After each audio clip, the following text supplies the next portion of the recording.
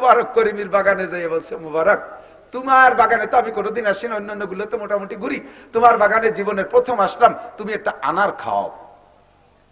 তো মালিকে যদি আনার খাইতে চায়, মালিতে সবচাইতে ভালো আনারটা খাওয়াবে, দেখে শুনে সবচেয়ে বড় লাল টকটকে যে আনারটা, ওইটা তুলিয়া নিয়ে খুইলিয়া দানাগুলো প্লেটে করে মালিক রেখেছে। মালিক 2-4টে দানা মুখে দিয়েই তার টকের যন্ত্রণায় চোখ থেকে পানি বের হয়ে চলে আসছে, চোখের থেকে পানি ছেড়ে দিয়েছে, কাঁদতেছে। মালিক এবার বড় দুঃখে গোলামকে মালিকে বলতেছে, মোবারক তোমার বাগানে কোনোদিন আসি না, একটা বার আসলাম, তুমি আমাকে অশ্রদ্ধা করলা। যার বাগানে গেছি সে তার বাগানে সবচেয়ে শ্রেষ্ঠ ফল আমারে খাওয়াইছে, তোমার বাগানে আমি মালিক আসছি, তুমি আমারে কেন টক ফল খাওয়াইলে, একটা মিষ্টি ফল আমারে খাওয়াইলে না কেন? মুবারক করিম কেঁদে দিয়ে বলে, মালিক আপনার বাগানের কোন আনারটা, কোন ফলটা মিঠা আর কোন গাছের ফলটা টক আমি তো তা জানি না। 20 বছর আমি আপনার বাগান পরিচর্যা করি, কিন্তু জানি না যে কোন গাছের ফল টক আর কোন গাছের ফল মিঠা। আমি মনে করছি যেটা দেখতে ভালো ওইটা খাইতে মনে হয় ভালো, তাই আমি আপনার জন্য খুলে নিয়ে আসি, ওইটা যে টক না মিঠা এটা তো আমি জানি না। মালিক কয়, কেন তুমি 20 বছরের মধ্যে কি কোনো গাছের ফল খাও নাই? কয় না, আল্লাহর কসম আমি খাই নাই। কেন খাই নাই? তোমারে কি আমি নিষেধ করছি? কয় নিষেধ আপনি করেন নাই, হুকুমত আপনি আমারে দেন নাই, আপনি আমারে দিয়েছেন বাগান পাহারা দেওয়ার জন্য।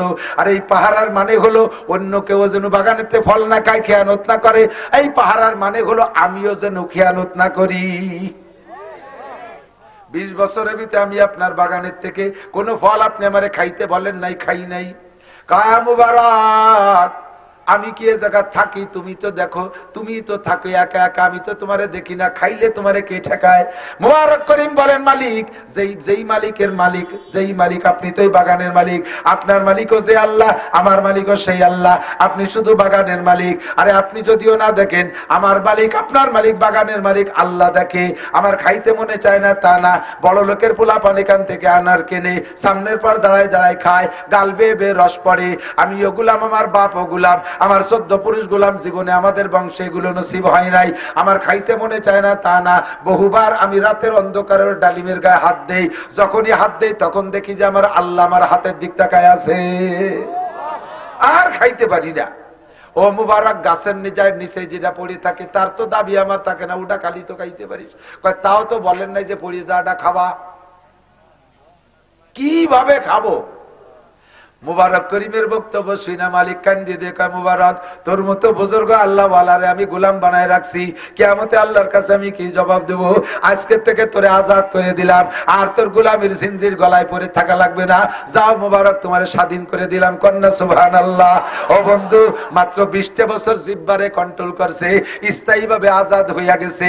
আল্লাহ পাক তারে বের হওয়ার ব্যবস্থা করে দিয়েছে, একমাত্র কিসের কারণে?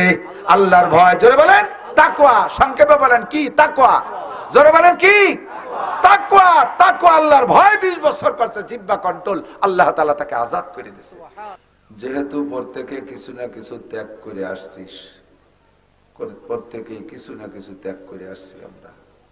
কেউ ঘুম ত্যাগ করছি, কেউ মোবাইল ত্যাগ করছি, কেউ টেলিভিশন ত্যাগ করছি, কেউ গাঁজা ত্যাগ করছি, বিড়ি সিগারেট ত্যাগ করছি। কম বেশ সকলেই কিছু না কিছু ত্যাগ করেই আসছি যখন এই জায়গায় বসছি, এখান থেকে এই সময়টাকে কাজে লাগাই যাব। রাজি আছি না ইনশাআল্লাহ? হারগুলেরা রঙ্গ বইয়ে দেগারা, সব ফুলের এক রং আর এক ঘেরান হইলে ফুলের এত রকমারি আমাদের সামনে আসতো না। সব ফুলের যদি একই ঘেরান হতো আর এক রং হতো, তাহলে দেশের অনেক কিছু সাজাইতে বিভিন্ন রকমের ফুল লাগে, তাহলে তো সে সাজটা সুন্দর হতো না। লিকুল্লি ফান্ডিন রিজাল, প্রত্যেক বিষয় আল্লাহ তাআলা আলাদা আলাদা মানুষ তৈরি করে রেখেছেন। সব মানুষ যদি এক কাজ পারত, তাহলে সব মানুষ এক কাজ পারলে, এক কাজ পারে আর কাজ পারে না, তাহলে সুন্দর হতো না। সব কাজও সব মানুষ পারলে তাও সুন্দর হতো না, সম্ভব না। কথা বলেন, বুঝেন নাই তা ঠিক করবেন কি করে? জুতা ব্যবহার করি সবাই, বানাতে কি সবাই পারি? প্রেসিডেন্ট সবচাইতে দামি জুতা পরে, মাননীয় প্রধানমন্ত্রী দামি জুতা পরে, শিল্পপতি কোটিপতিরা কত দামি জুতা পরে। আপনাদের এলাকারই সন্তান, আমরা বিভিন্ন সময় মিডিয়ায় দেখেছি, মুসা বিন শামসের, তার একটা কলমের দামই 5 কোটি টাকা। সুবহানাল্লাহ। কেন 3 টাকা দিয়ে একটা কলম কিনে কাজ সারবে, বাকি টাকা আমাকে গরিবকে দান করে দিলে আমরা খাই বসতে পারি না। তো যে যেমন ব্যক্তি তার জন্য সেরকম আসবাব ব্যবহার করে, প্রত্যেকে আলাদা আলাদা মাল, কিন্তু বানায় তো কেউ ব্যবহার করতে পারে না। প্রধানমন্ত্রী যদি বলা হতো তোমার জুতো জোড়া তুমি বানায় ব্যবহার করবা, জীবনেও জুতো পাই দিয়া লাগতো না, খড়ম পাই দিয়ে ঘোরা লাগতো, ঠিক না? তো প্রত্যেক কাজের জন্য আল্লাহ তাআলা মানুষও আলাদা করে রাখছে, প্রত্যেক মানুষের যোগ্যতা আলাদা। যত মানুষ আছে সমস্ত মানুষের কাজও আল্লাহ তাআলা ভাগ করে দিয়েছে। ওয়াইদা আরাদা শাইআন আইয়াকুলা লাহু কুন ফায়াকুন। আল্লাহ পাক রব্বুল আলামিনের এই মহান কুদরতের পর আমরা বিশ্বাস রাখি, আল্লাহর এই জগৎকে পরিচালনা করার জন্য কোনো মানুষ বা ফেরেশতা বা জিন কিচ্ছু লাগে না, শুধুমাত্র কুন শব্দ বললে সব হয়ে যায়। বিশ্বাস আছে না নাই? ওয়াইদা আরাদা শাইআন আইয়াকুলা লাহু কুন ফায়াকুন। যা কিছু করার ইচ্ছা করে কুন কইলে হয়ে যায়। মানুষকে মারার দরকার, কোন কোলে মরে যায়। মানুষ জন্ম দেওয়ার দরকার, কোন কোলে হয়ে যায়। সূর্য বানানোর দরকার, কোন কোলে হয়ে যায়। চন্দ্র বানানোর দরকার, কোন বললে হয়ে যায়। যা কিছু একচাটিয়া সব। কিন্তু তারপরেও আল্লাহ তাআলা মানুষ মারার জন্য আলাদা একজন ফেরেশতা বানাইছে, নাম তার আজরাইল। মেঘ পরিচালনার জন্য একজনকে দায়িত্ব দিয়েছে, নাম তার মিকাইল। দুনিয়াকে ধ্বংস করার জন্য আর একজনকে বানায় দায়িত্ব দিয়েছে, তার নাম ইসরাফিল। আল্লাহর পক্ষ থেকে নবীদের কাছে বার্তা বহনের জন্য আর একজনকে আল্লাহ তাআলা দায়িত্ব দিয়েছেন, তার নাম জিবরাইল। এর কেউরে লাগে না, আল্লাহ তাআলা একাই সব পারে। পারে বিশ্বাস হয় পারে? এটা আল্লাহর কুদরত যে সব পারে, কিন্তু আল্লাহর নিজাম হলো সব জায়গার জন্য ব্যক্তি আল্লাহ তাআলা পার্থক্য করে রেখেছেন। কাজেই দুনিয়াকে চালানোর জন্য, সুন্দরভাবে পরিচালনার জন্য মানুষকে আল্লাহ তাআলা দায়িত্ব আলাদা করে দিয়েছে। ধর্মীয় অনুভূতিতে আমাদের যে দায়িত্বটা আসছে, এই দায়িত্বটা উলামায়ে কেরামের উপরই আল্লাহ চাপাই দিয়েছে। আল্লাহ পাক নিজেই উলামায়ে কেরামদের সার্টিফিকেট দিয়ে দিয়েছেন, ইন্নামা ইয়াখশাল্লাহ মিন ইবাদিহিল উলামা। উলামায়ে কেরামকে আল্লাহ তাআলা সার্টিফিকেট দিয়েছেন যে উলামায়ে কেরাম আমাকে ভয় পায়। কাজেই নবী আলাইহিস সালাতু ওয়াস সালাম সমস্ত মানুষের মধ্য থেকে বাছাই ছাঁটাই করে দ্বীনের দাওয়াতের জন্য উলামায়ে কেরামকে দায়িত্ব দিয়েছেন। নবী কা ইন্নাল উলামা ওয়ারাসাতুল আম্বিয়া। যে কাজটা নবীদের ছিল সেই কাজ নবীদের পরে উলামায়ে কেরামকে দেয়া হলো। জোরে কন্না সুবহানাল্লাহ। এবার উলামায়ে কেরাম এই ধর্ম প্রচারের অনেক সাইড ভাগ করে নিছি আমরা। একজনের দ্বারা সবগুলো সম্ভব না, এর অনেক দিক আছে। কেউ মাদ্রাসায় পড়াবে, কেউ মসজিদে ইমামতি করবে। মাদ্রাসায় পড়ানো ধর্মের কাজ, মসজিদের ইমামতি ধর্মের কাজ। কতক্ষণ না কেন? দাওয়াত ও তাবলীগের কাজ ধর্মের কাজ, পীর মুরিদি করা ধর্মের কাজ, মাঠে ময়দানে বয়ান করা ধর্মের কাজ। এই সবগুলো মিলেই ধর্মের কাজ। এবার একজন মানুষের সব করতে পারবে তা না। পড়ানোর ভিতরেও কেউ পড়াবে হাদিস, কেউ পড়াবে তাফসীর, কেউ পড়াবে ফতোয়া, কেউ পড়াবে ফিকহ, কেউ পড়াবে নাহু, কেউ পড়াবে সরফ, কেউ পড়াবে মানতিক, কেউ পড়াবে ফাসাহাত, কেউ পড়াবে বালাগাত, কেউ পড়াবে আমপারা, কেউ পড়াবে নাদিয়া কায়দা, কেউ হিফজখানা। এই পড়ানোর মধ্যে কত ভাগ। বয়ান বক্তৃতার মধ্যে এই জগতে আল্লাহ পাক আইনা এবার এর মধ্যেও সিস্টেম পার্থক্য করে দিয়েছে। এক একজনের ভিতরে আল্লাহ তাআলা এক এক রকম রং রস দিয়ে দিয়েছে। কেউকে আল্লাহ তাআলা সুর দিয়েছে, কথা যাই বলুক আর না বলুক, সুর চান্দে ছাড়িয়ে দিলি নারী পুরুষ সব মাঠে হুমড়ি খেয়ে এসে পড়ে। এ সুরেরও দাম আছে। আবার কেউকে আল্লাহ তাআলা সুর দেয় নাই, এমন সুন্দর সুন্দর সাজায় গুছায় কথা বলে, সুর লাগে না, তার কথার মধ্যে নূর পাওয়া যায়। যেমন মুফতি ইসমাতুল্লাহ কাসেমি, মুফতি আব্দুল গফফার সাহেব হুজুর হাফিজাহুল্লাহ। সুর নাই অথচ কথার মধ্যে অনেক নূর আছে। কথা কোন ঠিক না? আবার কেউকে আল্লাহ তাআলা সুরও দেশে নূরও দেশে, এরকম মানুষও আছে। সব মিলাইয়া আমাকে আল্লাহ তাআলা তেমন কিছু দেই নেই, তবে মাঠে আল্লাহ কবুল করছে, এই শুকর আদায় করি। সুরও নাই, নূরও নাই, এলেমও নাই, আমলও নাই। আপনারা এমনি কি জন্য মোহাব্বত করেন আমি জানি না। আমি যদি আমারে মোহাব্বত করার দায়িত্ব আমারে দিত, তাহলে আমি বেশি মোহাব্বত করতাম না। আমার মোহাব্বত করার মতো তেমন কিছু নেই। বসে আছেন শেষমেশ, দাঁড়িয়ে আছেন যারা, তারা আমার মোহাব্বতের ভাই, আমার ছেলেপেলেরা, ছোট মোটো যারাই আছেন, আমি সকলকে বলবো সম্ভব হলে একটু বসেন। কতক্ষণ দাঁড়ায় থাকবেন? শীতের সময় কিছুক্ষণ বসলে গাটা গরম হবে। হয়তোবা টাইট প্যান্ট পরে বসে আসেন, বসতে কষ্ট হচ্ছে, দাঁড়িয়ে আসেন, এই জন্য একটু বসেন, আস্তে আস্তে লুজ হয়ে যাবে ইনশাআল্লাহ। বসেন বসেন, বাতাসে কালাই যাবেন, বেশিক্ষণ কষ্ট দেব না, খুব শীত চলতেছে। আল্লাহ বক্তারা স্টেজে বসার সাথে সাথে তো বক্তাদের ওলামাই কিরামদের যার যার যে দায়িত্ব আল্লাহ দিয়েছে, তার মধ্যে সবচাইতে কঠিন দায়িত্ব বক্তাদেরকে আল্লাহ তাআলা দিয়েছে। আল্লামা ইকবাল রহমতুল্লাহ আলাইহি বলেন, तक़सीम किया हर चीज को कस्सा में अज़ल ने, तक़सीम किया हर चीज को कस्सा में अज़ल ने, जिस शख्स को जिस चीज के काबिल नजर आया, बुलबुल को दिया ना लाओ परवाना को जलना, गम हमको दिया सबसे जो मुश्किल नजर आया। সব কাজের বন্টন আল্লাহই করেছেন, যাকে যেটা পছন্দ করেছেন তাকে সেই কাজের দায়িত্ব দিয়েছে, সে তাই করতেছে। আর যারে যে কাজের দায়িত্ব দিয়েছে তারে সে কাজের যোগ্যতাও দিয়েছে। কতক্ষণ কত বড় একটা গরু, 22 লাখ টাকা দাম, যত জোরেই সিল্লেক না কেন দুই বাড়ির পরেতে শোনা যায় না। আর একটু একটা কুত্তো, তার যে কি পাওয়ার, ডাক দিলি ডাঙ্গার ওই ভাষাতে শোনা যায়। কারণ কুত্তরে বানাইছে ডাকার জন্য, তারে আল্লাহ তাআলা সে পাওয়ার দিয়ে দিয়েছে। গরুরে বানাইছে ডাকার জন্য না, ওরে দিয়েছে গোশত বানানোর জন্য। তাড়াতাড়ি খাইয়ে মোটা কুরবানি চান উঠে গেল। যারে যে দায়িত্ব দিয়েছে আল্লাহ তাআলা সে কাজের যোগ্যতা দিয়েছে। তো যত যাকে বন্টন করেছে যা কিছু, আল্লাহ তাআলা তার ভিতরে উলামায়ে কিরামদের মধ্যে যারা বক্তা, এদেরকে বন্টন করে দিয়েছে সবচাইতে কঠিন সাবজেক্ট। আইসে বসে রয়েছে 8টার সময়, এই দেয় এই দেয় এই দেয় করতে করতে ডালির মতো হয়ে গেছে। ডাল ডাল ডালছেন না, বড় ধরনের খানার অনুষ্ঠান করলে 5-6 প্রকারের তরকারি রান্না করে, কিন্তু ডাল রান্ধতে সবার আগে।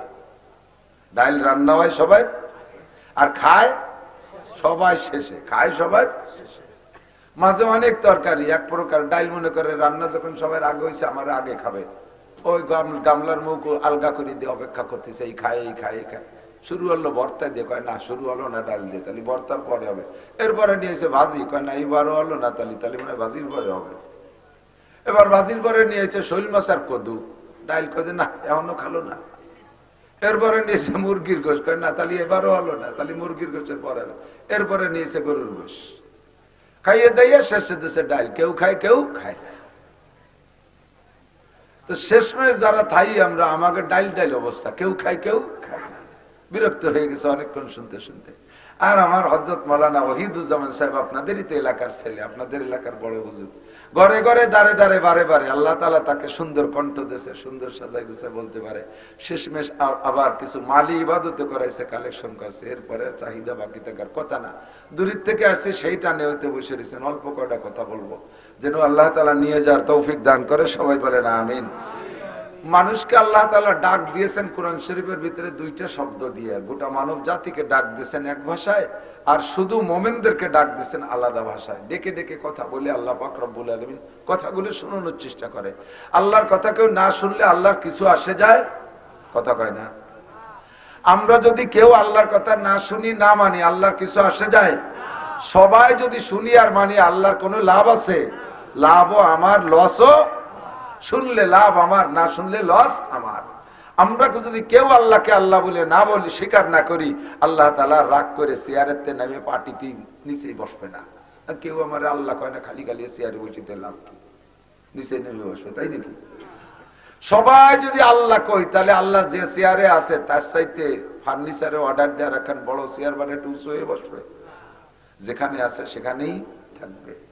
তবে মানুষকে বানাইছে আল্লাহ বড় মায়া করে, এবং অন্য কোন মখলুক বানাইতে হাত দেয় নাই। মানুষ বানাইতে গলার উপরের টুক আল্লাহ হাত দিয়ে বানাইছে। আমি বলে থাকি, শুনে থাকবেন ইনশাআল্লাহ। গলার উপরের টুক বানাইছে আল্লাহ হাত দিয়ে, নিজ হাত দিয়ে। কন্যা সুবহানাল্লাহ।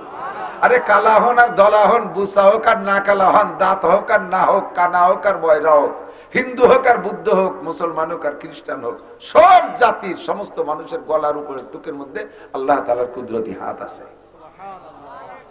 আল্লাহ তাআলা তার হাত দিয়ে বানাইছে। আর আল্লাহ কয়, যে জিনিস আমি হাত দিয়ে বানাইছি ওই জিনিসের প্রতি আমার দয়া, মায়া, দরদ, মোহাব্বত আর ভালোবাসা একটু বেশি থাকাটাই স্বাভাবিক, ঠিক না? এই চাদরটা ভালোই দামি, এটা আমি আমার নিজের টাকা দিয়ে কিনা না, হাত দিয়ে দিছে, একজন হাত দিয়ে দিছে, এর প্রতি অতটা মায়া না। আর যে জিনিসটা আমার নিজের কিনা, ওটার প্রতি খুব মায়া। এক যুবক এই দামি 12,000 টাকা দামের শাল দিয়ে চামড়ার স্যান্ডেল মুছতিছে।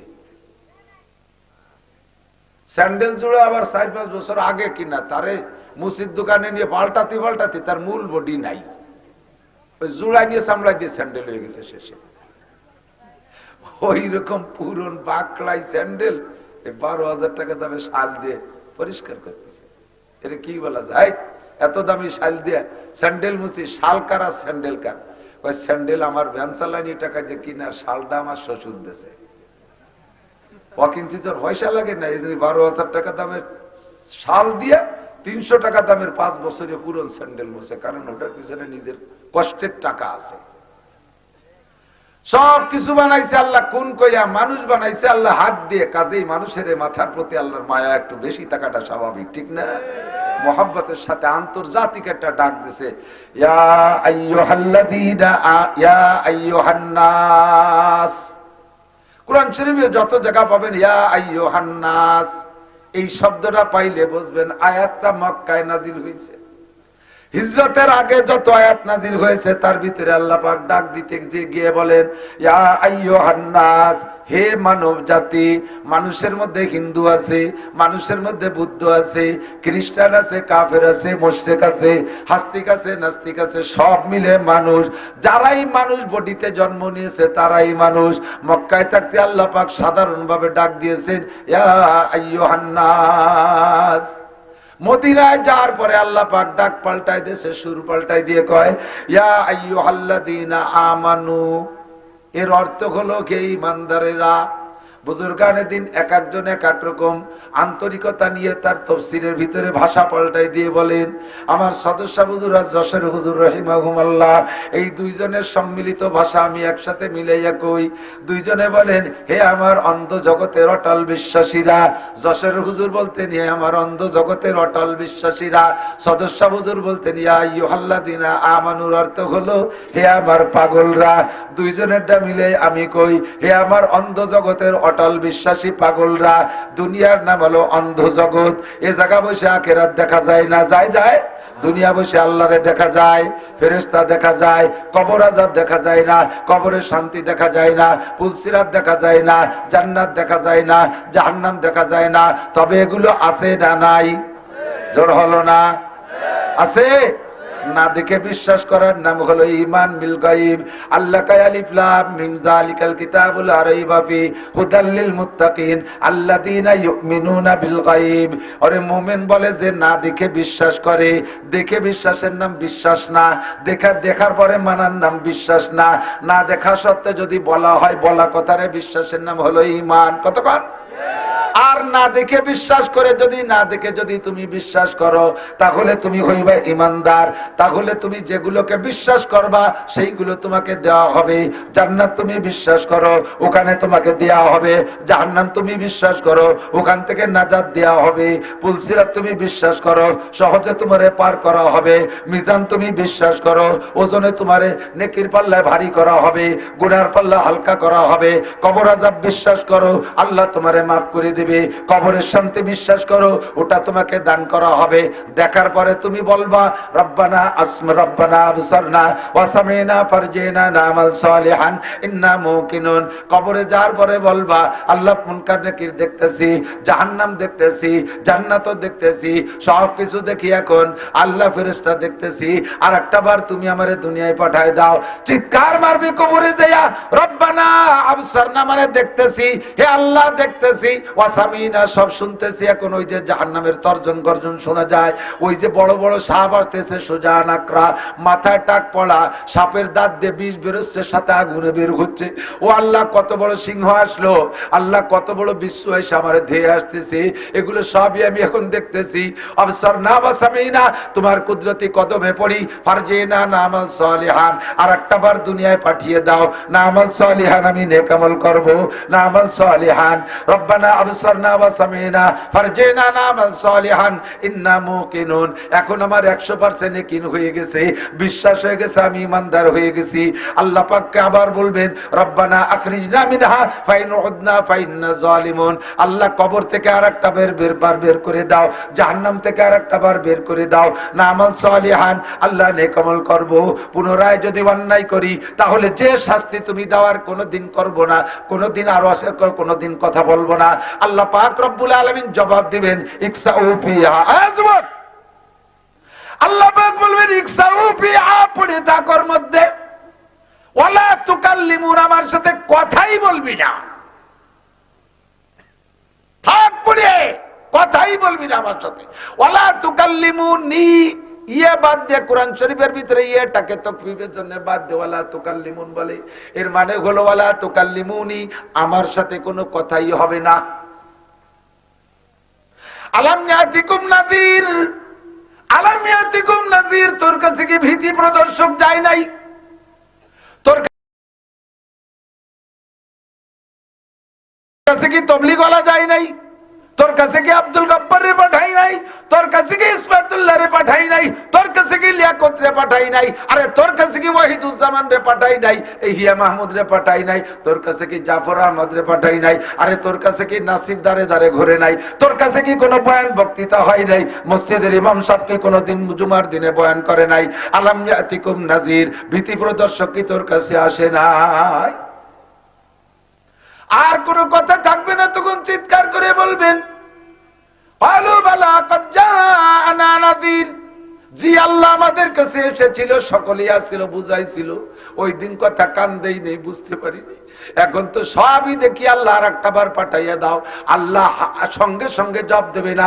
70 লক্ষ বছর চিৎকারের পরে, 70 লক্ষ বছর চিৎকার মারবেন ওই একটা কথা কইয়া, আর একটা বার পাঠাই দাও, ভালো আমল করে আসবো। 70 লক্ষ বছরের পরে এইবার আল্লাহ জবাব দেবেন। জবাবটা আবারও তাই, ইকসাউ ফিহা ওয়ালা তুকাল্লিমুন। নামাজের কথা বলছে, বলছে কিনা? জি আল্লাহ বলছে। রোজার কথা বলছে, হজের কথা বলছে, যাকাতের কথা বলছে, তিলাওয়াতের কথা বলছে, জিকিরের কথা বলছে, দাড়ির কথা বলছে, পর্দার কথা বলছে, তাহাজ্জুদের কথা বলছে, দান খয়রাতের কথা বলছে, কুরবানির কথা বলছে। বল কোনটা বাকি আছে? শুনিস তুই কোনটা বল? আল্লাহ সবই শুনেছি, সবই শুনেছি, ওয়াদা করেছিলাম মাঠে বৈশা সামিনা ওয়া আতানা, শুনবো আর মানবো, কিন্তু গলাবাত আলাইনা শিকওয়াতুনা, গলাবাত আলাই যা বলবেন সব আমি কোরআন শরীফ থেকে বলে দিচ্ছি। তখন বলবেন গলাবাত আলাইনা শিকওয়াতুনা ওয়া কুননা নুকাদ্দিবুন, আমরা তাদেরকে মিথ্যাবাদী বলতাম, আমাদের কপাল খারাপ, কপাল পড়ে গেছে, আমাদের কপাল খারাপ, কপাল পড়ছে, আর তো জোড়ানোর উপায় নাই। আল্লাহ কই এখন দেখে তুমি যে বিশ্বাস করতেছো, এই বিশ্বাসের 5 পয়সারও দাম নাই। শোনার পরে যদি বিশ্বাস করে আমল করতে, তাহলে তোমার জন্য রয়েছিল কি তা কি তুমি জানো? জান্নাতিন তাজরি মিন তাহতিহাল আনহার, জান্নাতিন তাজরি মিন তাহতিহাল আনহার খালিদিনা ফিহা আবাদা। জোরে কন্না সুবহানাল্লাহ।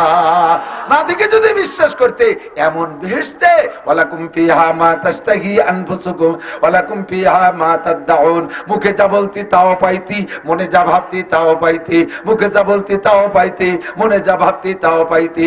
চাইয়ে নিয়ার একটা অর্ডার দিতাম, চা তোর কি কি মনে চাই চা, তোর চাওয়া যখন শেষ হয়ে যাইতো, এরপরে আমি কি বলতাম জানিস? তুই তো সব চাইতে জানিস না। ওয়ালাদাইনা মাজিদ, ওয়ালাদাইনা মাজিদ, তোর চাওয়ার উপরে আমার পক্ষ থেকে অতিরিক্ত আরো অনেক দিয়ে দিলাম, বান্দা খুশি হইয়া থাক। পারলি না তো নীতি। মাঝে মাঝে বলি থাকে ঠিক টাকা, দেখার পরে যদি বিশ্বাস কর, বিশ্বাসের কথা বলেন, দেখার পরে চান, তা আপনারে দেয়া হবে না। না দেখে বিশ্বাস করেন, তা আপনারে দেয়া হবে। বাদশা হারুনুর রশিদের একটা গল্প আছে। বাদশা হারুনুর রশিদ রহমাতুল্লাহ আলাইহি বহুত বড় আলেম ছিলেন, বহুত বড় আলেম, আবার সাথে বাদশাও, প্রশংসিত বাদশা, জাতীয় মসজিদের খতিব হওয়ার যোগ্যতা রাখে। বোঝেন নাই কথা? প্রত্যেক মুসলিম দেশের প্রধান যিনি হবে, প্রেসিডেন্ট, তার ভিতরে আর যত যোগ্যতা থাকতে হবে, তার ভিতরে অন্যতম যোগ্যতা থাকা উচিত তার জাতীয় মসজিদ, দেশের শ্রেষ্ঠ রাষ্ট্রীয় মসজিদ যেটা, ওই মসজিদের জুমার নামাজ পড়ানোর যোগ্যতা তার থাকতে হবে। আমাদের বাংলাদেশে তো আছে মাশাআল্লাহ। আর খেপালাম না, যাজ্ঞ বাচ্চা হারুনুর রশিদ জাতীয় মসজিদের খতিব, বহুত বড় বুজুর্গ, আল্লাহ ওয়ালা মানুষ। হজরের নামাজের পরে একটু তাফরিহ, স্ত্রী জুবাইদাকে নিয়ে ঘুরতে বেরোন। আজকেও বেরোইছে, তো অন্যদিন সামনে পড়ে না। আজকে হাঁটতে হাঁটতে হাঁটতে হাঁটতে সাগর নদীর পাড়ে গেছে, যাইয়ে দেখে এক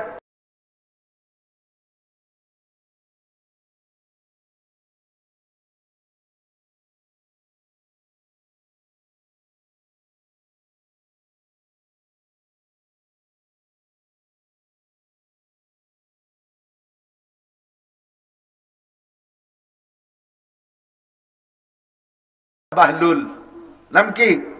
বাহলুল। পরিচিত পাগল। কিছু কিছু পাগল থাকেন এলাকায় পরিচিত পাগল। আমাকে এলাকায় ছিল নসু পাগল, প্রায় ৮০-৮৫ বছর বয়স হবে। গতবার মারা গেছে। নসু পাগল কইলে আমাদের ওই পাশে গোপালগঞ্জ জেলায় তো চেনেই, নড়াইলেও চেনে, বাগেরহাটও চেনে। নসু পাগল প্রসিদ্ধ পাগল। এই বাহলুল পাগল ওই রকম পাগল, ছোট বড় সবাই চেনে। তবে পাগল বড় বুদ্ধিমান পাগল। বৈশা নদীর পাড়ে বসে বালির মধ্যে আঙ্গুল দিয়ে এরম আঁকা আঁকি করতেছে, পাগলের যে কাজ। তো বাচ্চা হারুনুর রশিদ আর জুবাইদা ওই জায়গা যাইয়া বাহলুল সালাম দেওয়া, আসসালামু আলাইকুম বাহলুল, কি করো? কয় যে বালাখানা বানাচ্ছে, জান্নাতের বালাখানা বানাচ্ছে। আঙ্গুল দিয়ে আঁকিয়ে কে বালাখানা বানাচ্ছে? কয় বালাখানা বানাই কি করতেছো? কয় যে বিক্রি করতেছি। কত দাম? কয় যে ১ টাকা। বাচ্চা হারুনুর রশিদ তামাশা করে, পাগল তুই বালাখানা চেনো? হ্যাঁ, জান্নাতের বালাখানা বালি দেয় কে কে, তাই ১ টাকা বেচে। কেনবেন নাকি? তাই কেন? তো বাদ দে, ১ টাকা জান্নাতের বালাখানা। জুবাইদা ভ্যানিটি ব্যাগের থেকে বের করে জুবাইদা মনে করছে যে হচ্ছিও পারে, পাগল টাগল মানুষ কইও বুঝতে পারে, যা হলে ওইও যেতে পারে। এইভাবে মোটামুটি একটা হালকা বিশ্বাসের পর আমার একটা বালাখানা দাও। ১ টাকা দেশে, ১ টাকা দেশে, আর ওনার নামে একটা বালাখানা বরাদ্দ দেশে। ওই কথার ভিতর দিয়ে ঘুরে ফিরে চলে আসছে। দুইজন সব হাঁটাহাঁটির পরে চলে আসছে, দিন কাটাইছে, রাত্রে আবার বিছানায় গেছে। আজকে রাত্রে ঘুমাইয়া বাচ্চা হারুনুর রশিদ রহমাতুল্লাহ আলাইহি দেখেন দুনিয়া ধ্বংস হয়ে গেছে, কিয়ামত হয়ে গেছে, হাসরের মাঠ কায়েম হয়ে গেছে, বিচার আচার শেষ হয়ে গেছে, প্রত্যেকে যার যেখানে যাওয়ার দরকার সব চলে গেছে। উনি একটা জান্নাত পাইছেন, সে জান্নাতে ঢুকছেন।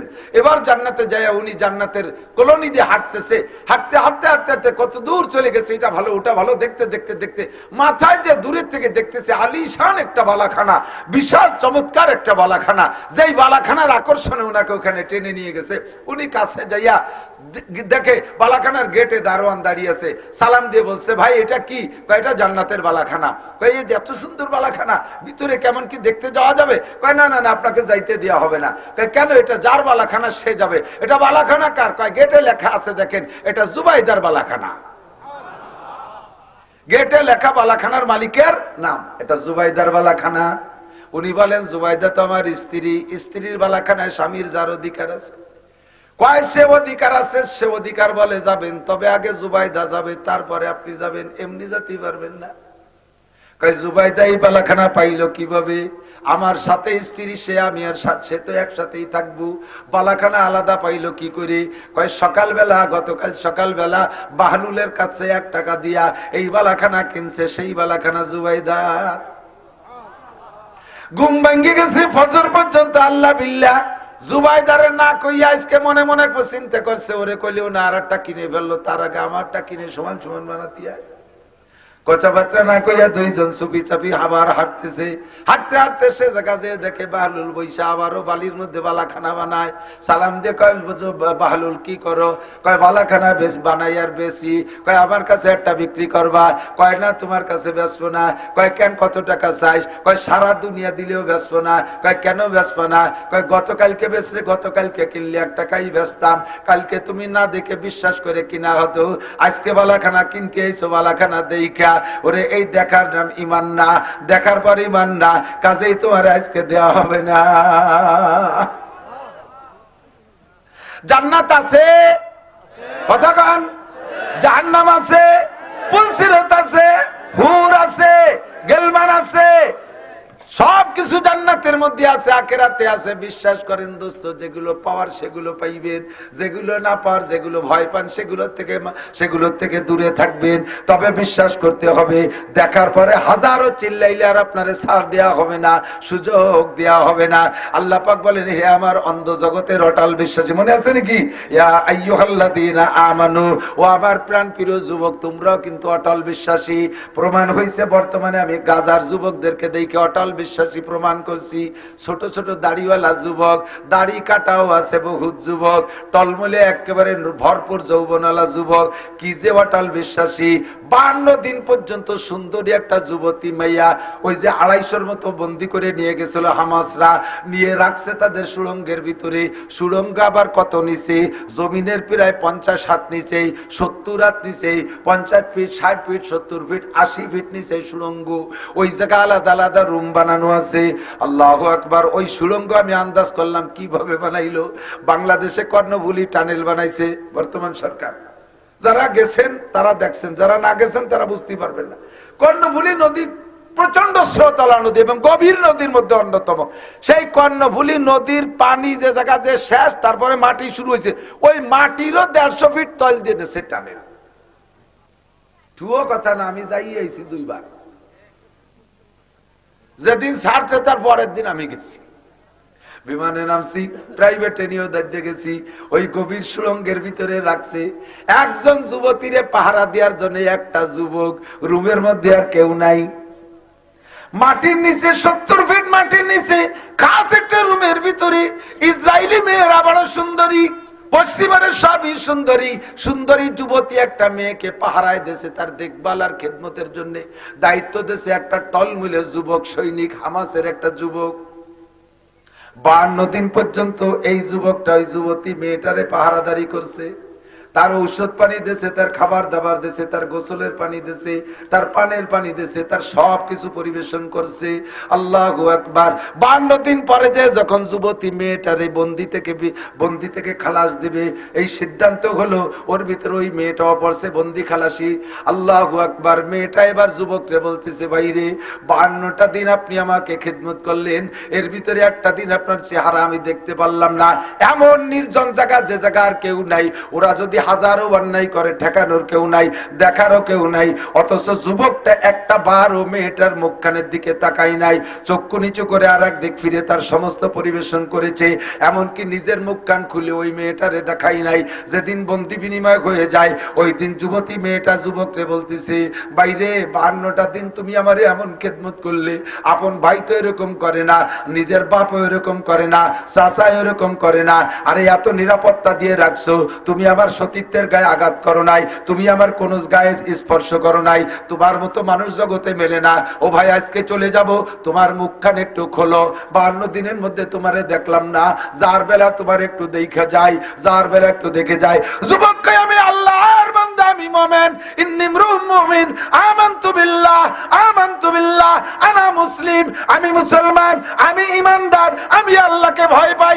আমার আল্লাহ বলেছেন, কুল্লিল মুমিনিন ইয়াগুদ্দু মিন আবসারিহিম, মুমিন পুরুষদেরকে বলে দাও পরনারীর সামনে আসলে চক্ষু নিচু করে। বুন্ডে তোমার সেবা করেছি, একটা দিনও তোমার চেহারা আমি দেখি নাই। তোমার নাকটা কেমন, চোখটা কেমন, ঠোঁটটা কেমন আমি জানি না, তোমার কিছুই আমি দেখি নাই। আমি অন্য দিক থেকে তোমার সেবা করেছি, আমার চেহারা তোমাকে দেখানো জায়েজ নাই। নির্জন কক্ষে আমি দেখাইলে দুনিয়ার কেউ দেখবে না। আরে আর কেউ দেখুক আর না দেখুক, আমার আল্লাহ বলেছেন, ইয়া আইয়ুহাল্লাযীনা আমানুত্তাকুল্লাহ, যেখানে থাকিস না থাকিস আল্লাহকে ভয় কর। আমি এই গভীর এই কুয়ার ভিতরে, আমি এই টানেলের ভিতরে, আমি কেউ আমাকে না দেখলে আমার আল্লাহ দেখে, আমার আল্লাহ দেখে। আমি সেই বিশ্বাসে তোমারে মুখ দেখাইতে পারবো না, আমি তোমার মুখও দেখতে পারবো না। যাও, তুমি চলে যাও। অবশেষে যখন গাড়িতে উঠাই দিছে, যাওয়ার বেলায় গাড়িতে বসে কয়, ভাই আরে তুই একটা বার আমার তোর মুখ কান দেখা, আমি এখান থেকে যাই হয়তো ইমানদার হয়ে যাব। আমি তোকে মায়ের দুনিয়ায় যদি নাও পাই, হাসরের মাঠে আমি আল্লাহর কাছে দাবি করব, আল্লাহ এমন একটা ইমানদার সাথে আমার দুনিয়ায় আমার দেখা হয়েছিল, তার সাথে আমাকে জান্নাতে দাও। হয়তো ভাই দাবি আমি করে বসতে পারি। কাজেই দুনিয়ায় তোমার মুখখানে একবার আমারে দেখাও, আমি তোমারে চিনে রাখবো। হাসরের মাঠে কোটি কোটি মানুষের মধ্য থেকে তোমারে চিনে নেব। যুবক সে সময় কয়, তোমার সাথে দুনিয়া আমার আর কোনো সম্পর্কের দরকার নাই। যদি তুমি ইমানদার হও, আমারে ভালোবাসো, আখিরাতে আমার সাথে তোমার এমনিতেই দেখা হবে, দুনিয়া থেকে আমার চিনিয়ে যাওয়া লাগবে না। এর নাম হলো অন্ধ জগতের অটল বিশ্বাসী। এ যুবক, আরশে আজিমের নিচে 7 গুণের মানুষকে আল্লাহ পাক জায়গা দেবে। কয় গুণ? কষ্ট হচ্ছে?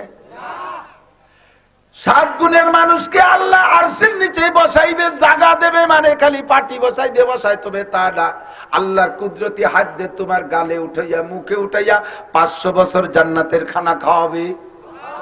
এই খানাটা কোনো হুর দেখা হবে না, কোনো গেলবান দেখা হবে না, স্বয়ং আল্লাহ নিজ হাত দিয়ে লুকমা মুখে উঠাই দেবে। কন্যা সুবহানাল্লাহ। মাঝে মাঝে কথা বলতে যে এই কথাগুলো বলি, বারবার পুনরাবৃত্তি করি, একেবারে নগদে বাস্তব। গতকালকে গেছে মাননীয় প্রধানমন্ত্রী টুঙ্গিপাড়া কোটালীপাড়া সফর কইরা, গতকালকে চলে গেছে। যেদিন উনি ঢুকবেন সেই দিন কয়েকজন পুলিশ স্ট্যাটাস দিয়েছে, কয়েকজন পুলিশ পোস্ট করছে ফেসবুকে। উনি একজন আমার বিশেষ পরিচিত, দেখলাম তার ছবি, খুব গর্বের সাথে বলতেছে, আমি এখন মাননীয় প্রধানমন্ত্রীর ভিভিআইপি ডিউটিতে আছি। মাননীয় প্রধানমন্ত্রীর ভিভিআইপি ডিউটিতে থাকতে বাইরা এত খুশি পোস্ট করে দিয়েছে ফেসবুকের ভিতরে যে অনেক গর্বিত। তার অনেক পুলিশ ভাইরা তাকে সাবাস দিচ্ছে, তাকে অনেক ধন্যবাদ জানাইতেছে। দোস্তরে, মাননীয় প্রধানমন্ত্রীর সাথে এক প্লেটে খাইতেও সুযোগ পাই নাই, এক টেবিলেও বসতে সুযোগ পাই নাই, এক রুমের মধ্যে যাইতে সুযোগ পাই নাই। মন্ত্রীদেরকে নিয়ে বসছে, ওই পুলিশদেরকে ভিতরে ঢুকতে দেয় নাই, বাইরে রয়েছে তারা। শুধুমাত্র প্রাইম মিনিস্টারের ডিউটিতে থাকার কারণে এতটা গর্বিত। স্বয়ং আল্লাহ পাক ও যুবক তোমাদেরকে 7 গুণের মানুষকে আরশে আজিমের নিচে বসাইয়া কুদরতি হাত দিয়ে 500 বছর খানা খাওয়াবে। একটু কন্যা সুবহানাল্লাহ। তার ভিতরে হলো শাআবুন নাশাফি ইবাদাতিল্লাহ, রাজুলুন যাকারাল্লাহ খালিয়ান ফাফাজাত আইনা, রাজুলুন দাতু ইমরাতুন যাতু হাসাবি ওয়া জামাল ফাকালা ইন্নী আখাফুল্লাহ। ওই যুবক যার যৌবন কালটা দিনদারির মধ্যে কাটাইলো, ওই লোকটা যে গভীর রাতে উঠে মানুষের ঘুমের সময় সে উঠে চোখের পানি ফেলাইয়া আল্লাহর সাথে যোগাযোগ করলো। ওই যুবক রাজুলুন দাতু ইমরাতুন যাতু হাসাবি ওয়া জামাল, যেই যুবককে গভীর নির্জন মুহূর্তে, গভীর রাতে নির্জন মুহূর্তে করে সুন্দরী রূপসী নারী ডাকে, আসো বন্ধু তুমি আমার সাথে তোমার চাহিদা পূরণ করো, আমাকে আনন্দ দাও, তোমার চাহিদা পূরণ করো, এমন করে যদি নির্জন মুহূর্তে ডাকে, আর ওই সময় বলতে পারে, ওই হামাস যুবকের মতো, গাজার মুসলমান যুবকের মতো, মুসলিম ফিলিস্তিনি সৈনিকের মতো বলতে পারে নির্জন মুহূর্তে, ইন্নী আকাফুল্লাহ, দুনিয়ার কিছু করে স্বাদ নেব বন্ধুরে, আমি কিন্তু আল্লাহকে ভয় পাই, আমার আল্লাহ দেখে কি দেখে না। আল্লাহু আকবার। এর নাম হলো অন্ধ জগতের অটল বিশ্বাস। আল্লাহ পাক রব্বুল আলামিন ডাক দিয়ে বলে, হে অন্ধ জগতের অটল বিশ্বাসী আমার পাগলরা, দুনিয়ায় বহুত পাগলামি করো, তুমি দুনিয়ায় বহুত পাগলামি করো। কি পাগলামি করো? আল্লাহু আকবার। তোমার যে মেধা আর ব্রেন আছে, তোমার যে যোগ্যতা আছে, তাতে তুমি হাজারো গুনার কাজ করতে পারো। সব কিছুকে লাথি মারছো যুবক, গান ছাড়ছো, বাজনা ছাড়ছো, ফেসবুক ছাড়ছো, ইউটিউব ছাড়ছো, টেলিভিশন ছাড়ছো, মদ ছাড়ছো, গাঁজা ছাড়ছো, ইয়াবা ছাড়ছো, ফেনসিডিল ছাড়ছো, জেনা ছাড়ছো, কক্সবাজার ছাড়ছো, কুয়াকাটা ছাড়ছো, নিরিবিলি পার্ক ছাড়ছো, দুনিয়ার পার্ক ছাড়ছো, বান্ধবী ছাড়ছো, বন্ধু ছাড়ছো, সব কিছু ছাড়ছো। তুমি আমার অন্ধ জগতের অটল বিশ্বাসী পাগল। মোহাব্বতের সাথে ডাক দিয়ে একটা কথা বলি, ভালো করে মনে রাখো, ইত্তাকুল্লাহ। ভয় করবেন কাকে? জোর হলো না কাকে? বললাম আল্লাহ তোমারে ভয় করব। কেমন ভয়? আল্লাহ পরিমাণ দিয়ে দিয়েছে। আল্লাহ কয় হাক্কা তুকাতিহি, মুখে মুখে বলো ভয় করি, এতে এনাফ নয়, এতে যথেষ্ট নয়, ভয় করার মতো ভয় করো। বলেন ভয় কাকে? অরিজিনাল ভয় কারে করব? আরে বাঘরে ভয় পাই ধরে ছিঁড়ে বুড়ে খেয়ে ফেলবে এই পর্যন্ত শেষ, সাপরে ভয় পাই কামড় দেবে মরে যাবে এই পর্যন্ত শেষ, আগুনরে ভয় পাই পড়লে পুড়ে মরে যাবে এই পর্যন্ত শেষ, বাপরে ভয় পাই পিটেন দেবে এই পর্যন্ত শেষ, পুলিশরে ভয় পাই ধরে নিয়ে জেলে দেবে এই পর্যন্ত শেষ, বিচারকরে ভয় পাই ফাঁসি দেবে এই পর্যন্ত শেষ। কিন্তু আমার আল্লাহর বিচার কত দূর, তার তো কোনো শেষ নাই। একবার ঢুকাই দেবে ফি নারি জাহান্নামা খালিদিনা ফিহা আবাদা, চিরকাল চির জাহান্নামে ফেলাই দিবে। এটা বাংলাদেশের হাইকোর্টে দিতে পারে না, এটা বাংলাদেশের কোন জজ দিতে পারে না, দুনিয়ার কোন বিচারপতি এই ফয়সালা আমাকে দিতে পারে না। এই ফয়সালা দিতে পারে মালিক ইয়াউমিদ্দিন, বিচার দিনের মালিক আমার আল্লাহ। সেই যদি বলে দেয় তুমি চির জাহান্নামী, ও দোস্তরে, তাহলে আর বাঁচানোর কেউ নাই। কথা বলেন ঠিক কি ঠিক না? এই জন্য ভয় পাওয়ার মতো ভয় পাও আল্লাহকে। আল্লাহর ভয় যদি অন্তরে থাকে, টানেলের মধ্যে সুযোগ পাইয়া মেয়েকে ধর্ষণ করা যায় না। আল্লাহর ভয় যদি অন্তরে থাকে, তাহলে রাতের অন্ধকারে মদ গাজায়া বা খাওয়া যায় না। আল্লাহর ভয় যদি অন্তরে থাকে, সুন্দরী মেয়েকে নিয়ে কক্সবাজার কুয়াকাটা পার্কে ঘোরা যায় না। আল্লাহর ভয় যদি অন্তরে থাকে, জিনা ব্যভিচার করা যায় না। আল্লাহর ভয় যদি অন্তরে থাকে, চুরি ডাকাতি করা যায় না। আল্লাহর ভয় যদি অন্তরে থাকে, টোনার মোনার রাস্তাঘাটের মাল এগুলো মাইরা খাওয়া যায় না, জাতির হক নষ্ট করা যায় না। আল্লাহর ভয় যদি অন্তরে থাকে, নামাজ ছাড়া যায় না। আল্লাহর ভয় যদি অন্তরে থাকে, দাড়িতে খুর দেওয়া যায় না, দাড়িতে খুর দেওয়া যায় না। আল্লাহর ভয় যদি অন্তরে থাকে, বেপরদা করা যায় না। এই জন্য আল্লাহ পাক রব্বুল আলামিন বলেন, হাক্কা তুকাতিহি, যেমন ভয় করা দরকার সেরকম ভয় করো। জানতে চাইলাম আল্লাহ, তোমার তো অবশ্যই ভয় পাই, তবে এই ভয় করলে লাভ কি, একটু পুরস্কার কি বলো? আল্লাহ পাক রব্বুল আলামিন বলেন, আমাইয়াত্তাকিল্লাহ ইয়াজআল লাহু মাখরাজা ওয়া ইয়ারযুকহু মিন হাইসু লা ইয়াহতাসিব। আমার প্রাণপ্রিয় যুবক লক্ষ্য করো, আমার বুড়ো বাবারা খেয়াল করেন, পর্দার আড়ালে মা বোনরাও খেয়াল করেন। আল্লাহ পাক বলেন তাকওয়ার পুরস্কার দুইটা। জোর হলো না? আরো জোরে। কোনদিন অস্বীকার করতে পারবে না, তাকওয়ার পুরস্কার দুইটা। আল্লাহ আয়াতের মধ্যে বলেন, একটা হলো কি কয়, ওমাইয়াত্তাকিল্লাহ, যে আল্লাহকে ভয় পায়, ইয়াজআল লাহু মাখরাজা, যত প্রকার বিপদ আপদ আছে তার থেকে বের হওয়ার জন্য আল্লাহ পাক আসান রাস্তা তৈরি করে দেয়। আল্লাহর ভয় অন্তরে থাকলে যে জায়গায় বিপদে পড়বেন, আরে নারী সংক্রান্ত বিপদে পড়ছেন, সে জায়গা থেকে বাঁচাই দেবে কে? ইউসুফ আলাইহিস সালাতু ওয়াস সালামের কিসসা জানেন না? সবাই কম বেশ শুনছেন, উলামাই এসে গেছে। আমি একটু পুনরাবৃত্তি করি, কষ্ট হচ্ছে? বলবো কত সুন্দর মানুষ ছিলেন। যে মানুষের চেহারা যত সুন্দর হয়, তার ভিতরে যৌন স্পৃহা তত বেশি হয়। নারী হোক আর পুরুষ হোক, যাদের চেহারা সুন্দর বেশি, তাদের যৌন ক্ষমতা, যৌন পাওয়ার, যৌন স্পৃহা বেশি। ইউসুফ আলাইহিস সালামের চেহারা কেমন? উতিয়াত, তাকে দেওয়া হয়েছে শত্রু সূরা। গোটা মানব জাতির জন্য আল্লাহ তাআলা যে রূপ বাজেট করছে, সব মানুষ মিলে আদম থেকে নিয়ে কিয়ামত পর্যন্ত এই কোটি কোটি মানুষের জন্য একটা বাজেট আছে না? প্রত্যেক জগতের একটা আলাদা বাজেট। বাঘের একটা চেহারা, বাঘ চেহারা একটা বাজেট, ওই চেহারা বাঘরাই পাবে। হাতির মধ্যে কি বাঘের চেহারা হয়? গরুর মধ্যে বাঘের চেহারা হয়। গরুর চেহারা আলাদা, ছাগলের চেহারা আলাদা, কুত্তর চেহারা আলাদা। কুত্তু আর শিয়ালে একই রকম দেখা যায়, তার মধ্যে একটু বেশকম আছে না?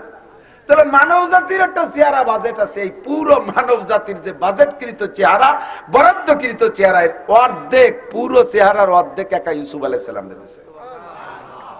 ভালো করে বোঝেন নাই বলে সুবহানাল্লাহ জোর কম হইছে, একটু কর না। ইউসুফ আলাইহিস সালাম একারে দিয়েছে অর্ধেক চেহারা, আর যে অর্ধেক না, সেই অর্ধেকের অর্ধেক আবার ইউসুফ আলাইহিস সালামের দাদিরে দিয়ে দিয়েছে। তাহলে দাদি আর নাতি মিলাইয়া 75%, 75, 12 আনা। আর 4 আনা আমাকে সবার মধ্যে ভাগ হয়েছে। যত নায়িকা বলেন, পশ্চিমে দক্ষিণে উত্তরে যা আছে, প্রিয়াঙ্কা চোপড়া মোপড়া যা আছে, সবার মধ্যে ওই 4 আনা ভাগ হয়েছে। তাহলে কি পাইছি কোন দিদি? আমি পর্যন্ত তো থাই আমার যে আলাপ।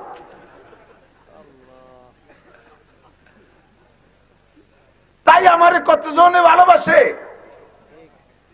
যে কোনো কারণে ভালোবাসে। আপনারা ভালোবাসেন না? আপনারা আমি কত ভালোবাসি, আমার জন্য এত রাত্রে বসে রয়েছেন, মোহাব্বত করি। এই মোহাব্বত, কত মোহাব্বত, মোহাব্বতের ঠেলায়, ভালোবাসার ঠেলায় কটটুক ভাগে পাইছে মনে আছে?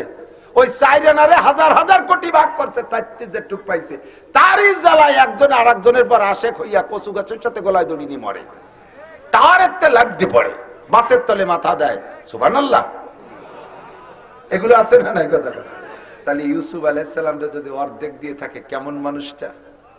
তৎকালীন বিশ্বের এমনি মিশরীরা সুদর্শন, এখনো দেখেন মিশরীরা খুব রূপস সুদর্শন। তার ভিতরে বাদশা আজিজে মেসের, তার স্ত্রী জুলাইখা, সেও তৎকালীন শ্রীমতী জুলাইখা, বিশ্ব সুন্দরীর মধ্যে অন্যতম। ইউসুফ আলাইহিস সালামের দাদির পরেই যারা সুন্দরী, তার মধ্যে জুলাইখা একটা টলমলে যুবতী। আল্লাহ বৃদ্ধা হয় নাই, কিন্তু ছেলে মেয়ে নাই, বাচ্চা কাচ্চা নাই, কেমন যেন চিরকুমারীর মতো। এই জুলাইখা ইউসুফ আলাইহিস সালামকে পর আশেক হইয়া ডাইকে নিয়ে গেছে। যখন বাচ্চা অফিসে চলে গেছে, পালসে তো পড়ছে, সন্তানের মতোই ভালোবাসে লালন পালন, এর কাছে কাছে রেখে হাত ধরে করে সামনে বসে। আরে কেমন তা ভালো না বাসে, উপায় নাই তো। উনার চেহারায় উনার ফুবু নিজেই এত আত্মহারা। উনার মা ছোটবেলায় মারা গেছে, ফুবু উনার ভাই আব্বারে বলছে, ভাইজান ছেলেটা আমার কাছে পালি। তো ছেলেটারে নিয়ে গেছে, কয়েকদিন পাইলে ফুবু এত পাগল হয়ে গেছে ভাতিজার উপরে। এখন একটু বড় হয়েছে, বাপে বাড়ি নিয়ে আসবে, লেখাপড়া শিখাতে হবে, ফুফু কোনো মতেও দেবে না বিদায়। এখন ওই সময় বিচার ব্যবস্থা ছিল যে কোনো কিছু চুরি করে, চোর যদি মাল সহ ধরা পড়ে, তাহলে ওই চোরের বিচার হলো ওই চোরের মালিককে দিয়ে দিতে হবে। চোর মালিকের বাড়ি থাকবে, আর নিতে পারবে না কোনোদিন। এখন ইউসুফ আলাইহিস সালাম রে ফুফু রেখে দেওয়ার জন্য কৌশল আসছে যে ওরে চোর বানাতে হবে। ফুফুর বাড়ির একটা মাল এটি হারাই গেছে, ওইটা ইউসুফ আলাইহিস সালাম ব্যাগ বুক নিয়ে বাড়ি যাচ্ছে, পরে সেই মাল হারাই গেছে বাড়ি, যে বাইরে কইছে ইয়াকুব আলাইহিস সালাম, ভাই তোমার সালের মামার কি যেন চুরিয়ে নিয়েছে, দেখো ব্যাগ বুক তো আমার এটি চুরিয়ে নিয়েছে, যাই যে সত্যি সেই পিয়ালা সেই ব্যাগের মধ্যে। তাহলে এনে বিচার কি কয়, দিয়ে দিতে হবে ফুফুরে, ইউসুফরে ফুফু বাড়ি দিয়ে দিতে হবে। বহুত কায়দা বায়দা সে আনতে ছাড়াই রাখছে। এরপরে ইউসুফ আলাইহিস সালামের ভাইরা 12 জন, 1912 ভাই, তার ভিতরে ইউসুফ তো ইউসুফই। ইয়াকুব আলাইহিস সালাম ছেলের পর এমন আসে পাগল, এর কারণে বাকি 11 ভাইরে অতটা ভালোবাসে না, মোটামুটি বাসে, কিন্তু এর জন্য নজর আলাদা হয়ে গেছে। সব ভাই মিলে তারা কুয়োর মধ্যে ফেলাইছে। সেখান থেকে প্রতিক্রিয়া নিয়ে আজিজে মেসরের কাছে বিক্রি করছে। আজিজে মেসর এইভাবে লালন পালন করছে। আল্লাহু আকবার। মাঝে যাইয়ে শেষের টুকু নেই। এরপরে যে ইউসুফ আলাইহিস সালাম জেলখানায় গেল, জেলখানায় যাওয়ার পরে জেলখানার লোক ওনারে দিয়ে পাগল হয়ে গেছে। সবাই এসে কয়, আপনি আমার দোস্ত, আমার সাথে একটু দোস্ত পাতান, আমার সাথে একটু আমার সাথে এই জ্ঞান হতে চাই। উনি কয়, বাবা তোকে কাছে মাফ চাই, আর আবার কেউ ভালোবাসিস নে। 3 বার ভালোবাসায় 3 বিপদে পড়ছি। ফুফু ভালোবাসে চোর বানাইছি, আব্বা ভালোবাসে কুয়ে ফেলাইছি, আবার জুলাইকা ভালোবাসে জেলখানায় পাঠাইছে। তোরা আর এহানতে ভালোবাসিস নে, তালিমার ফাঁসি হয়ে যাবে না। আমার আর ভালোবাসার দরকার নেই।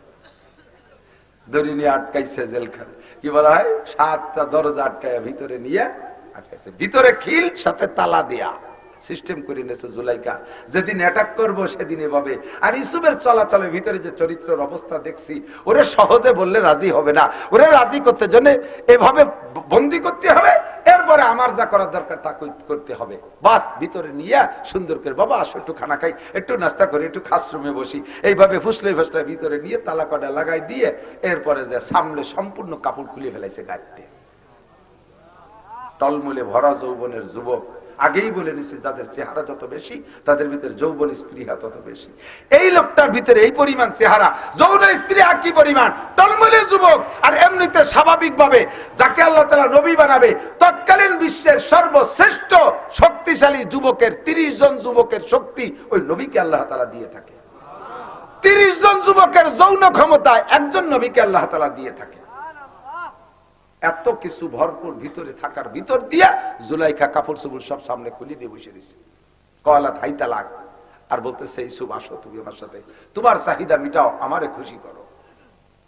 ইউসুফ আলাইহিস সালাতু সালাম থরথর করে কাঁপতেছে। ইন্নী আখাফুল্লাহ, ভয় পাই কাকে, ভয় পাই কাকে, ইত্তাকুল্লাহ, আল্লাহ আমারে কইছে আমারে ভয় পা। কি করব, যাতে বাঁচবো কিভাবে, তালা তো দিয়া চাবি তো তার কাছে, কিভাবে কি করব। ইতিমধ্যে ইউসুফ আলাইহিস সালাতু সালাম দেখতেছে জুলাইখাবার মূর্তি পূজারী ছিল, ওর মূর্তি ওই জায়গায় ওই রুমের মধ্যে একটা খাস মূর্তি। প্রত্যেক বিধর্মী যারা আছে, যারা মূর্তি পূজারী, দেখবেন ছোট ছোট মূর্তি রুমের মধ্যে থাকে না, সকালবেলা ঘুমে উঠে তার একটু ইবাদত বন্দেগী করে তারপরে বাইরে হয়। তো জুলাইখার একটা প্রাইভেট মূর্তি, প্রাইভেট ভগবান ওই রুমের মধ্যে। তো এই কাজের আগে জুলাইখা করছে কি, তার মূর্তিটার মাথা কালো কাপড় দিয়ে পেঁচায় ভাঙিয়ে দিচ্ছে। ইউসুফ আলাইহিস সালাম বলতেছে, শাহজাহান এটা কি? জুলাইখা কয় যে ওটা আমার মাবুদ, ওটা আমার ভগবান, ওর ইবাদত করি। কয় তোর মুখ বাঁধছো কে, ওই মাথা কাপড় দিয়ে পেঁচাইছো কে? কয় যে এখন যা করবো তা ভগবানের সামনে করা ঠিক না, এই জন্য তার চোখ বেঁধে থুইছি। ইউসুফ আলাইহিস সালাম কয়, তুমি যার পূজা করো তার চোখ কালো কাপড় দিয়ে বাঁধা যায়, ওরে আমি যার পূজা করি তার চোখ কালো কাপড় দিয়ে বাঁধা যায় না। ইন্নাল্লাহা সামিউম বাসীর, আমার আল্লাহ শোনেও দেখে, তোর ভগবানের চোখ কালো কাপড় দিয়ে বানলি দেখে না, আমার মালিকের চোখ কালো কাপড় দিয়ে বান্ধা যায় না, সে সর্বহালাতে দেখে। জুলাইখা তোমার এই মাটি মূর্তির ভয়তে যদি তার চোখ বান্ধে রাখো, দেখার ভয়তে,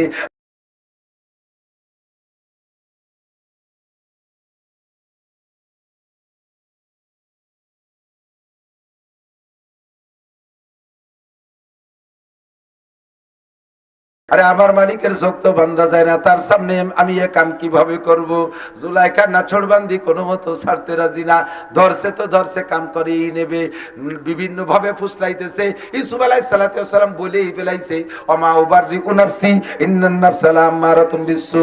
আমি সেই সময় এক প্রকার প্রায় দুর্বল হয়ে যাচ্ছিলাম, এক প্রকার দুর্বল হয়ে যাচ্ছিলাম। তার রূপের দিকে তাকাই আমি সহ্য করতে না পারার মতো, আমার আত্মার উপরে আমি আত্মনির্ভরশীল ছিলাম না, প্রায় আত্মহারা হয়ে যাচ্ছিলাম, আমি এবার ভুলে যাচ্ছিলাম, আমি প্রায় অকে হয়ে যাওয়ার উপক্রম।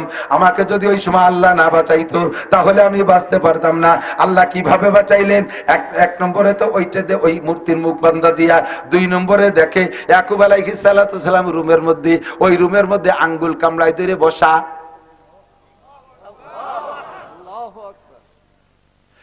ইয়াকুব আলাইহিস সালাম কি ওই রুমে আছে? উনি তো সেই কিনান কোন দেশে, আর এটা হলো মিশর, হাজার মাইল পথ দূরে, ভিন্ন রাষ্ট্রের ভিতরে। এই রুমের ভিতরে তো কেউ নাই, 2 জন ছাড়া। এ জায়গায় ইয়াকুব আলাইহিস সালাম কিভাবে আসলো? তা আঙ্গুল কামড়ায় ধরে। মানুষ যখন কোনো ব্যাপারে সন্তানদের প্রতি কষ্ট পায়, তখন দুঃখ প্রকাশের জন্য আঙ্গুল কামড়ায় ধরে বসে থাকে। ইয়াকুব আলাইহিস সালাম আঙ্গুল কামড়ানো, ইউসুফ আলাইহিস সালাম দেখলেন, যখন দেখছে আব্বাজি বসা, আরো তা আঙ্গুল কামড়াইয়া, বোঝা যায় যে আব্বার সামনে কাম করা যাবে না। সঙ্গে সঙ্গে বুঝে ফেলাইছে, আমার আল্লাহ আমার আব্বাকে পাঠিয়ে দিয়েছে, এই কাজটা অন্যায়, বাপের সামনে কাম করা যায় না। তাহলে কি করা যায়? আব্বার সামনে যদি আমি জুলাইখার সামনে করে ল্যাংটা অবস্থায় বসা থাকি, ল্যাংটা জুলাইখার সামনে বসা থাকি, আব্বা আমার ওখানে, তাহলে আব্বা কি বলবে? আল্লাহর পর বিশ্বাস রেখে ভরসা রাইখা দৌড় মারছে, দরজার কাছ পর্যন্ত আমি যাইতে পারি, আরে ও পর্যন্ত যার ক্ষমতা তো আমার আছে। আমি আল্লাহরে ভয় পাই, জুলাইখার সাথে কাম করা যাবে না। আল্লাহ কয় মাইয়াত্তাকিল্লাহা ইয়াজআল লাহু মাখরাজা, তোর বের হওয়ার পথ আমি খুলে দেব। যাওয়াল্লাযিনা জাহাদু ফিনা লানাহদিয়ান্নাহুম সুবুলানা। ও ইউসুফ, তুমি যা পারো তাই করো, বাকি আমি করব। দরজার কাছে যার সঙ্গে সঙ্গে দরজাটা তালা খুইলা খট করে দরজা খুলে গেছে। কন্যা সুবহানাল্লাহ। যখন দেখলেন এক দরজা খুলছে, তাহলে যাই আর এক দরজায়, পিছনে জুলাইখা লাগিয়েই আছে, এক একটা দরজার কাছে যায়, খটখট করে তালা খুলে যায়, দরজা খুলে যায়। আল্লাহর বান্দা আল্লাহকে ভয় পাইছে, আল্লাহ তার পথ খুলে দিয়েছে, বিপদ থেকে বাঁচার রাস্তা আল্লাহ খুলে দিয়েছে। কথা কোন ঠিক কি ঠিক না? 7ম দরজা যখন খুলে গেছে, বাইরে গেছে, ভিতরেতে জুলাইখা ধাওয়াইতে তালে আছে। কিচ্ছা জানেন, ইতিমধ্যে বাদশা সামনে হাজির। এই যুবক ভালো করে মনে রাখে, আলাম বামাই সাজ্জাদে রঙ্গে কোন গারাত পীরে মগা গুয়াত কে সালেক বেখবর না বুয়াদ জেরা হে রসমে মঞ্জিল আলায়া আইয়ুহা কি আদরিকা সাওয়ানা বিলহা কেশ কা সানমুদ বলবলে ইফতাদে মুশকিলহা। আমাদের খেয়াল করো শোনা, মহিলাদের ফেতনায় যারা পড়ছো তারা তো আমারে খুব সহজে হাঁ করতে পারবা, যারা পড়ো নাই তারা ভালো করে জানিয়ে নিও। ফুসলাইয়া ভাসলাইয়া এতক্ষণ পর্যন্ত ইউসুফ আলাইহিস সালামকে ওই কাজ করতে গেছে না জুলাইখা ডেকে নেছে? যখন পিছন দিয়ে ধাওয়া শুরু করছে, ইউসুফ আলাইহিস সালাম পালাচ্ছে আজিজে মেসের সামনে। একই ব্যাপার, ঘরের মধ্যে দৌড়িয়েছে। এই সময় ইউসুফ আলাইহিস সালাম কিছু বলার আগেই মহিলা বলে ফেলছে, এই ছেলেটা কত বড় খারাপ, যারা ছেলের মতো লালন পালন করলাম, তুমি দেশের বাচ্চা, তোমার স্ত্রীর উপরে সে এরকম হামলা করছে, তোমার স্ত্রীর চরিত্র নষ্ট, কি বলা হয়, তার সতীত্ব নষ্ট, তার পবিত্রতা নষ্ট করার জন্য, তাকে ধর্ষণ করার জন্য এই ছেলে এরকম বিরক্ত করছে, মারছি ধাওয়া, তাইতি পলাইছে। জুলাইখা ইউসুফ আলাইহিস সালামের ঘরে চলে গেছে। যুবক, মহিলারা তোমাদেরকে ফুসলাবে, বিভিন্ন প্রলোভন দেবে, একেবারে বহু অন্যায় করাবে, লাস্টে যখন ধরা পড়ে যাবে, ফুসলাইছে সে, ধরা পড়ে যাওয়ার পরে শেষ পেশ দেখবা কি করে ছেড়ে দেয়। আমি রাতে দিলাম না, ওই শয়তানের বাচ্চা, শয়তান এই এরিয়া, আমার বেইজ্জতি হলো, ওই আমার বিয়ে হতে হবে না, আরে নিয়ে হতে হবে। ফুসলাবে তারে, পারে না হে কান্দে তোর গাড়ি উঠে ছেড়ে দেয়। 100 বার ঠিক। আমার নবী বুঝা যাচ্ছে পিরাইজন শেখ খাইছে।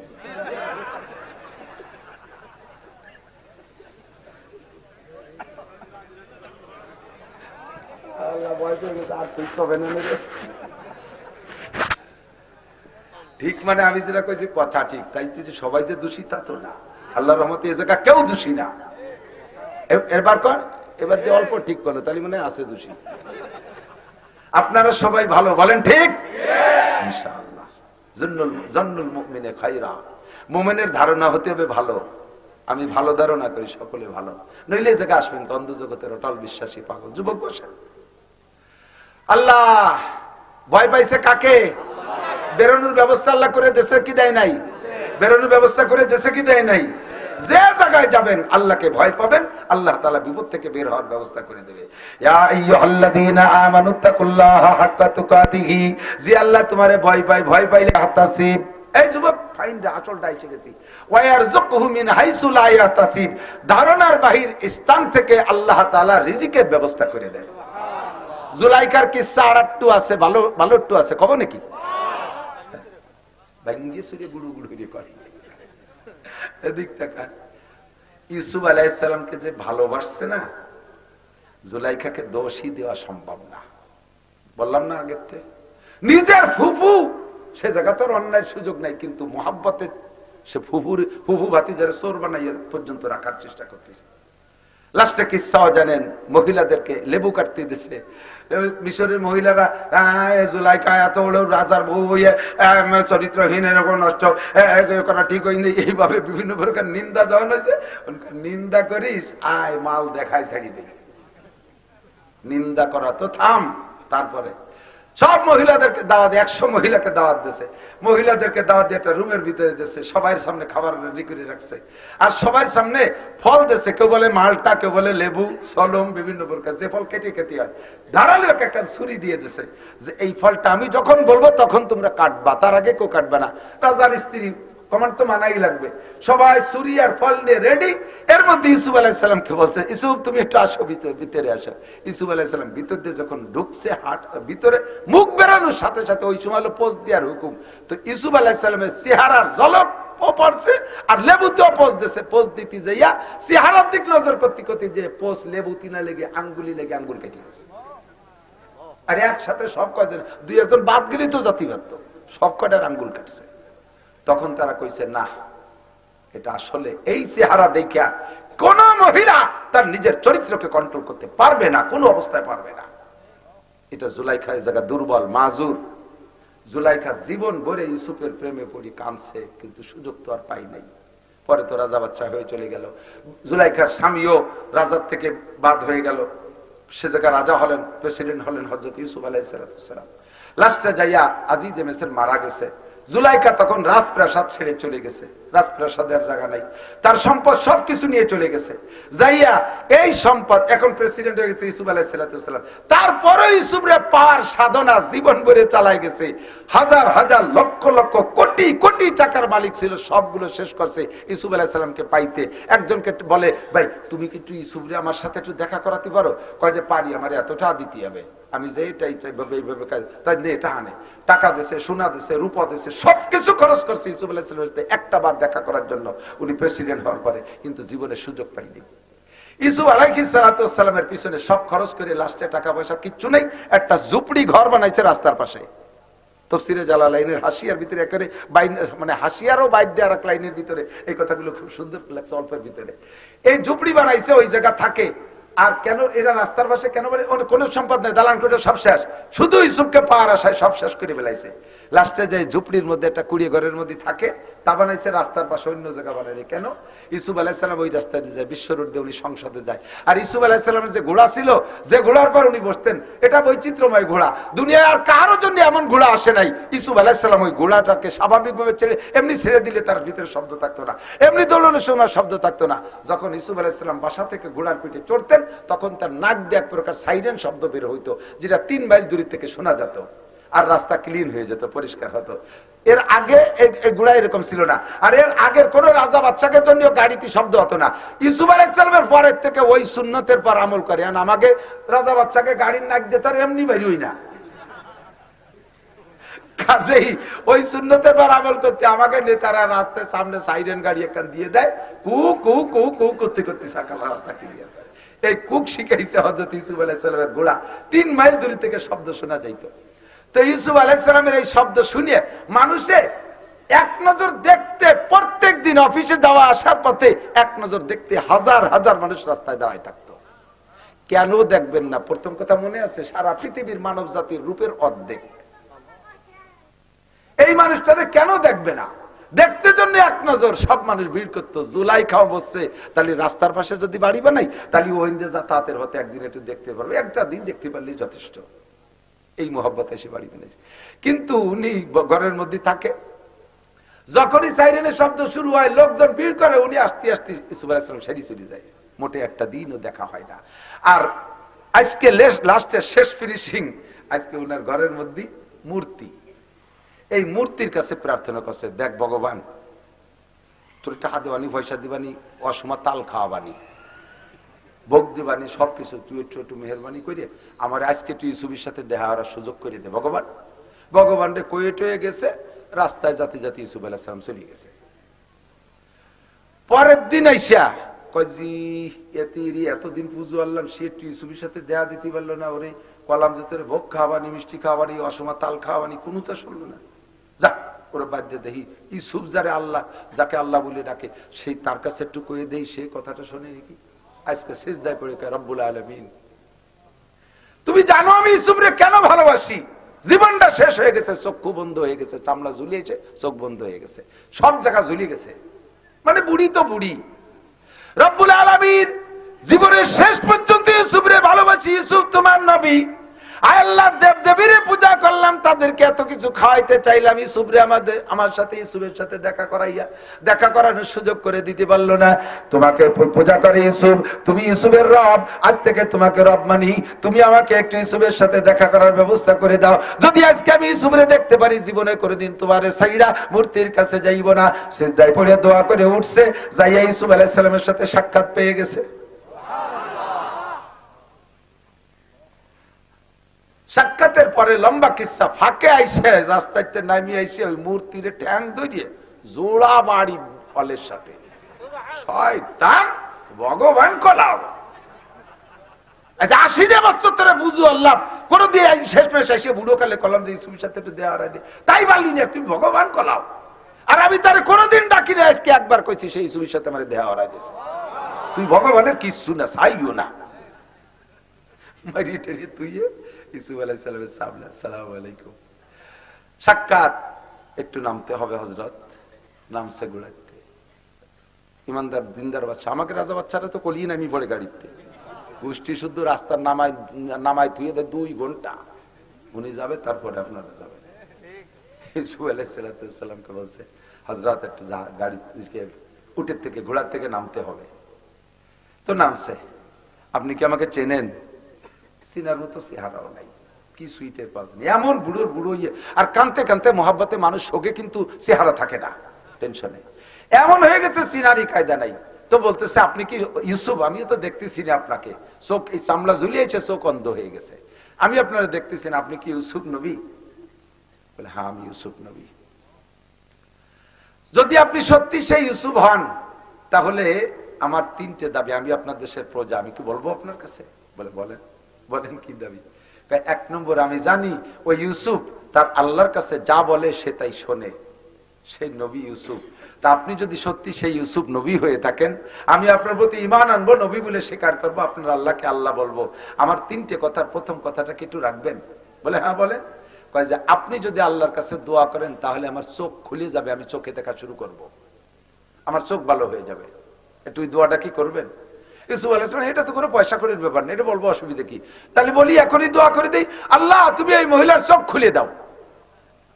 সঙ্গে সঙ্গে জুলাইখার চোখের পাওয়ার 40 বছর বয়সের আগে যেমন ছিল তার চেয়ে সুন্দর হয়ে গেছে। এখন ইউসুফ আলাইহিস সালামকে পরাণ ভরে দেখতেছে, চেহারার ভিতরে কোনো কমতি নাই।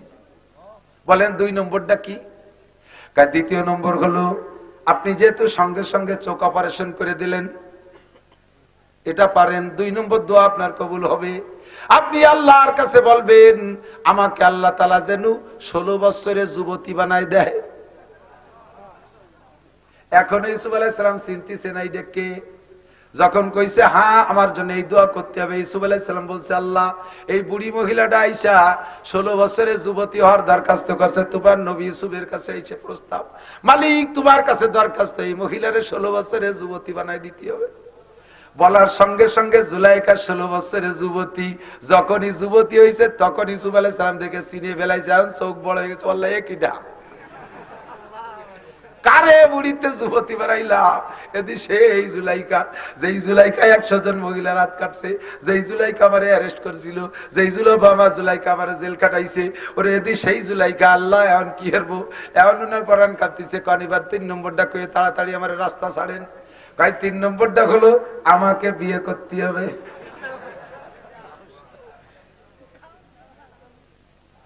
ইউসুফ আলাইহিস সালাম মিশর হচ্ছে, কি করবো, কোন বেকারটাই বললাম, আমার বিয়ে করতে হবে। ইউসুফ আলাইহিস সালাম চুপ করে বসে রয়েছে, কোন নবীর সাধ্য নাই নিজের ইচ্ছা অনুযায়ী বিয়ে করার, সব নবীর বিয়ে দেশে কে? ইউসুফ আলাইহিস সালামের বিয়ে আল্লাহই দেবে। জুলাইখা কয় তোমার জন্য কানতে কানতে আমার চক্ষু শেষ হয়ে গেছে, তোমার জন্য কানতে কানতে সব আমার শেষ করে দিয়ে এই রাস্তার পাশে আইসা রাজপ্রাসাদ থেকে নেমে একজন নবীরে পাবো আশায় আমি এই সাবলাবালা হয়েছি, আমার জীবনের সব শেষ করে দিয়েছি, তোমার দোয়ায় চোখ ভালো হলো, তোমার দোয়ায় যুবতী হইলাম। আরে বুড়ি অবস্থায় তোমার কাছে বিয়ের প্রস্তাব দিলি, তুমি একজন টলমলে যুবক, আমার মতো বুড়ি তোমার স্ত্রী হিসেবে মানায় না, আমার মালিক তোমার মালিক আল্লাহ আমারে তোমার স্ত্রীর যোগ্য বানাই দিয়েছে, ওই ইউসুফ আমারে বিয়ে করতে হবে। ইউসুফ আলাইহিস সালাম চুপ করে রইছে দাঁড়িয়ে, আর সে আজিমের মালিক জিব্রাইলকে পাঠাইছে, আরে যাও ইউসুফরে বলো জুলাইখারে বিয়ে করার অনুমতি দেয়া হলো।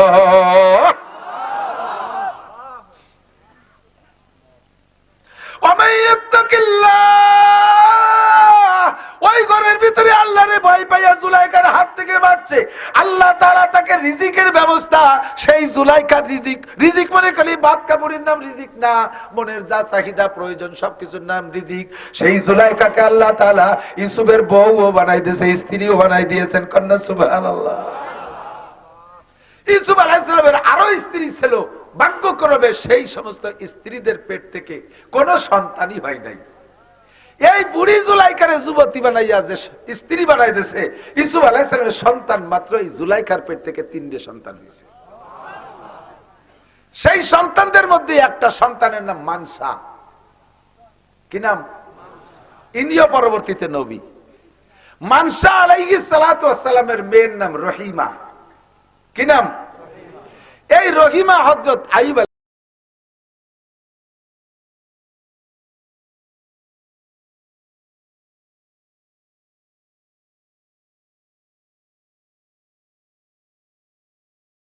আলাইহিস সালামের স্ত্রী। যেই রহিমা আইয়ুব আলাইহিস সালামকে 18 বছর পোকার বাসা কোলে করে নিয়ে ঘুরছে। ওমান ইয়াত্তাকিল্লাহা ইয়াজআল লাহু মাখরাজা ওমান ইয়াতাওয়াক্কাল আলাল্লাহ ফাহুয়া হাসবুহু। জুলাইখা মিশরের স্বামী মারা যাওয়ার পরে বহুত সুদর্শন যুবক দেখছে, কাহার পিছে লাগে নাই, লাগছে তো ইউসুফের পিছনেই লাগছে।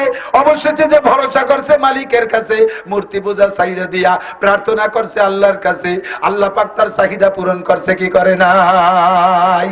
ও যুবক, আল্লাহ কয় ওমান ইয়াত্তাকিল্লাহা ইয়াজআল লাহু মাখরাজা। এই অন্ধ জগতের অটল অটল বিশ্বাসী পাগলরা ভয় পা আমারে, আমারে ভয় পা, আমাকে ভয় পা। আল্লাহ ভয় পাইলাম কি দিবা? কয় তোরে বিপদ থেকে বের করব আর তোর রিজিকের ব্যবস্থা করে দেব। আল্লাহু আকবার। সারা দুনিয়ায় সমস্ত মুহাদ্দিসিনদের গোলা খেয়াল করে না। আপনাদের কষ্ট হয়ে যাচ্ছে? আমি কি একেবারে অপ্রয়োজনীয় কথা বলছি নাকি?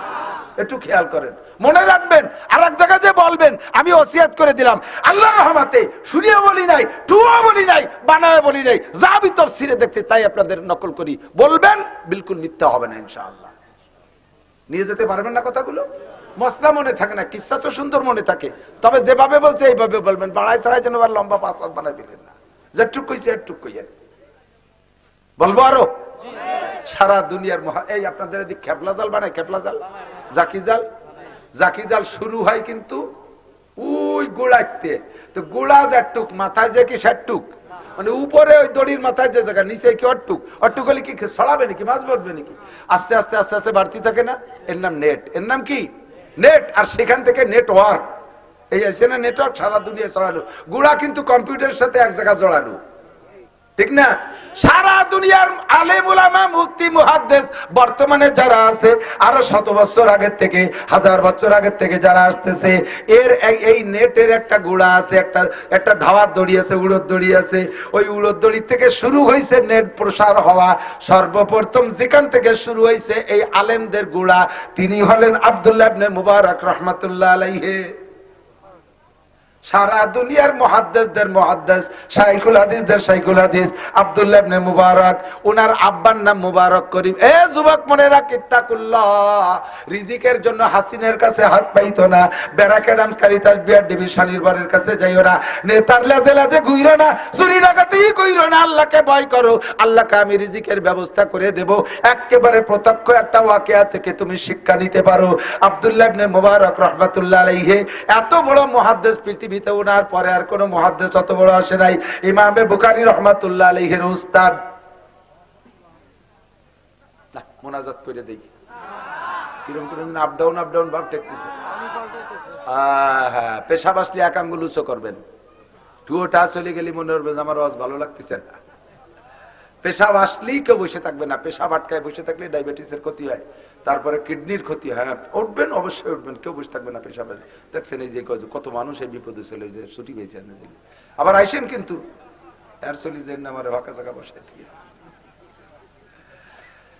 আব্দুল্লাহ ইবনে মুবারক রাহমাতুল্লাহ আলাইহি, আব্দুল্লাহ ইবনে মুবারক রাহমাতুল্লাহ আলাইহি বহুত বড় বুজুর্গ, বহুত বড়।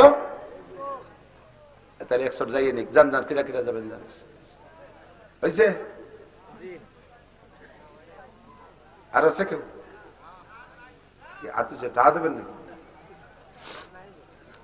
আমার দেখ, আব্দুল্লাহ ইবনে মুবারক রাহমাতুল্লাহ আলাইহি মানে কি জানেন? আরবিতে ছেলের নাম আগে বলে, পরে ইবনে কয়ে বাপের নাম বলে। আব্দুল্লাহ ইবনে মুবারক মানে মুবারকের ছেলে আব্দুল্লাহ। তাহলে আব্দুল্লাহ হলো মূল মুহাদ্দিস রাহমাতুল্লাহ আলাইহি। শুধু এই আব্দুল্লাহ কইতে একটু ভয় ভয় লাগতেছে, অবশ্যই বিশাল ভয় লাগতেছে, বহুত বড়, আমার হাজার উস্তাদের উস্তাদ।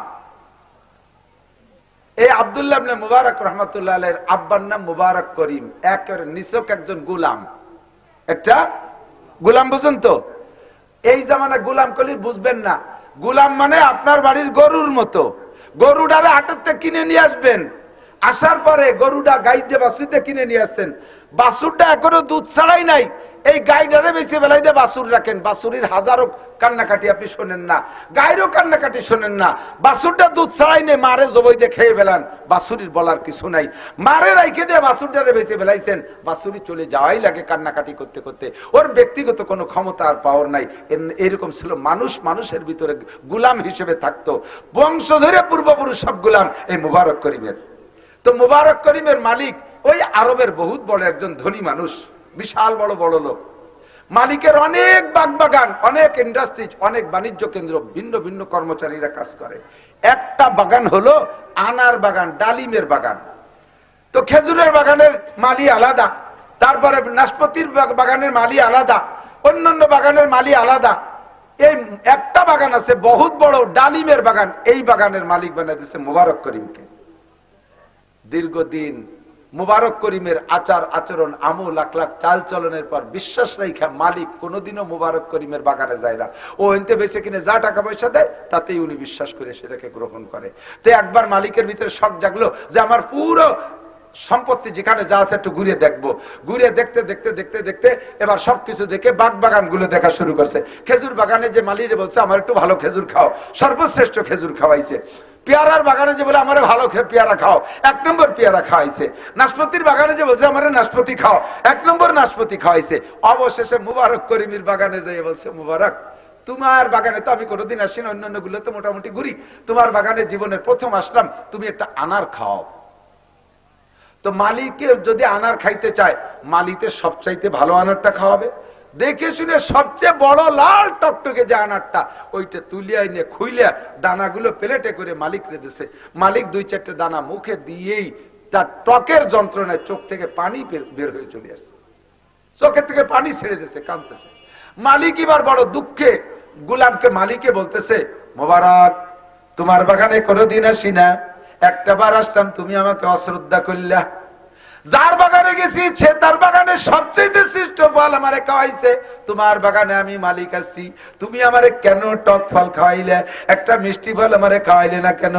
মুবারক করিম কেঁদে দিয়ে বলে, মালিক আপনার বাগানের কোন আনারটা, কোন ফলটা মিঠা আর কোন গাছের ফলটা টক আমি তো তা জানি না।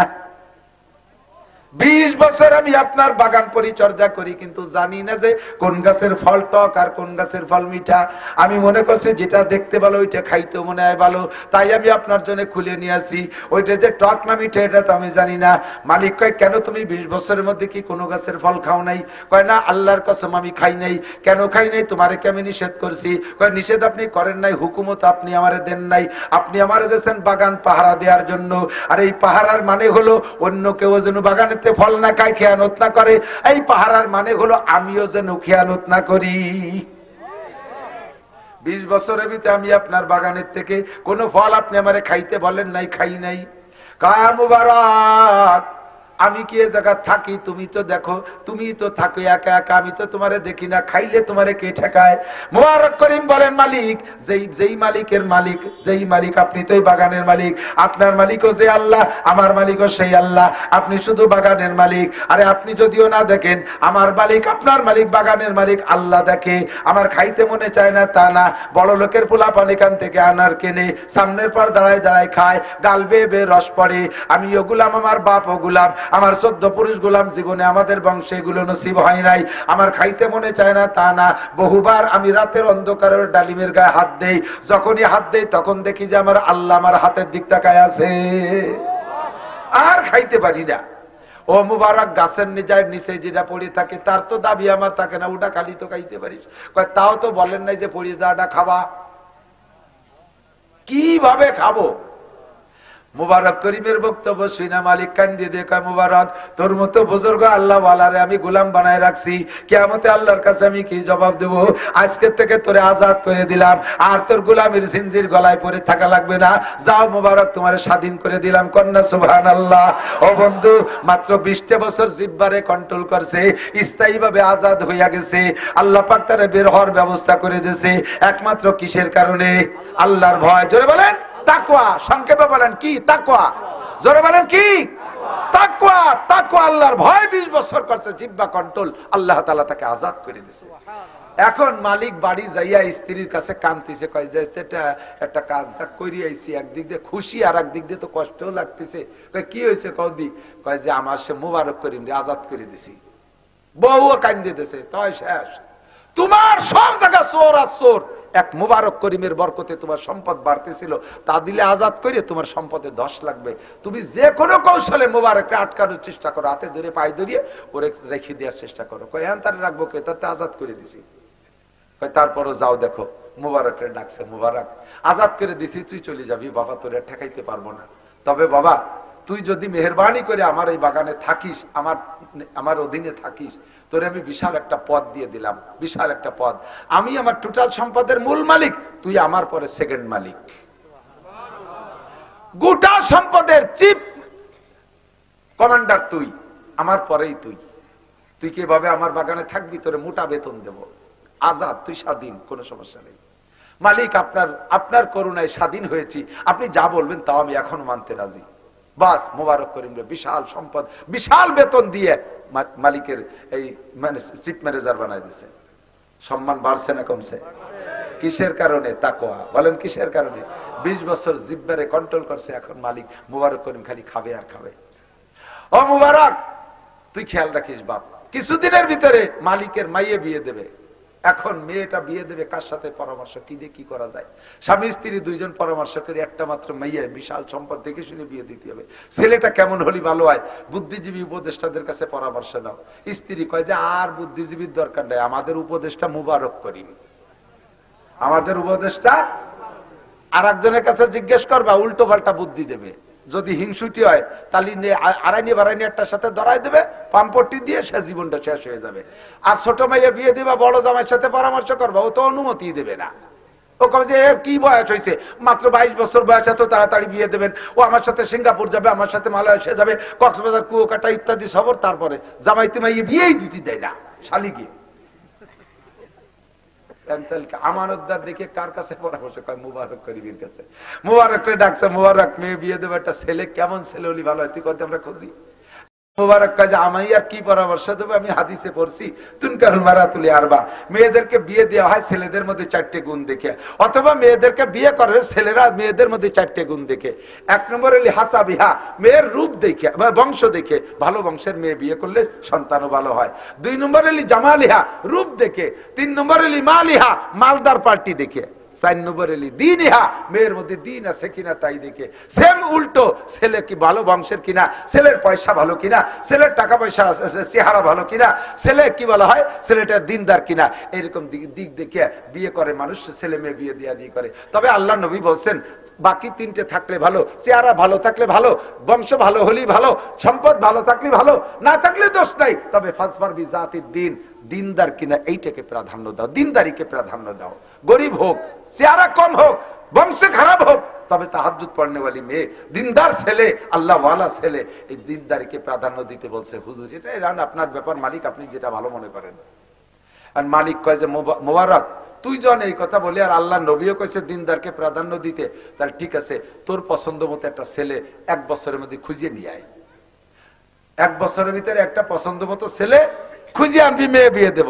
আর মুবারক করিম যেই লাঠি নিয়ে ছেলে মাপতি বেরোইছে, যে ফিতে নিয়ে ছেলে মাপতি বেরোইছে, যেই মুবারক করিম 20 বছরের মধ্যে পড়া ডালিমটা খাই নাই, সেই মুবারকের ফিতে মাপে সৈয়তি ছেলে পাওয়া বহুত বড় কঠিন। মুবারক বছর খানি ঘুরিয়ে আইছে, মালিকরে ফিতে ফেরত দিয়েছে, মালিক এই ফিতে মাপে আসে না কেউ, আমি হবে না, আমার দ্বারা বাদ দেন, আমারে চাকরি দিয়েছেন, আমি এই চাকরি রেখে। স্বামী স্ত্রী 2 জন 1 বছর পরে খবর পাইয়া পরামর্শ করে আর আমাকে ছেলে খোঁজার দরকার নাই, ওই ফিতে মাপে ছেলেও পাওয়া যাবে না, মুবারকরে দড়ি ফুড়ি ওর সাথে দেওয়া যায় নাকি তাই দেয়। মালিক মুবারকরে ডেকে নিয়েছে, বাবা আর খোঁজার দরকার নাই, তুই আমার মেয়েটা বিয়ে কর, তুই আমার জামাই। কন্যা সুবহানাল্লাহ। কোথার থেকে জামাই হয়েছে বলেন তো? গোলামের থেকে জামাই। কিসের ওসিলায়? কি মাত্র কি বলো? তাকওয়া।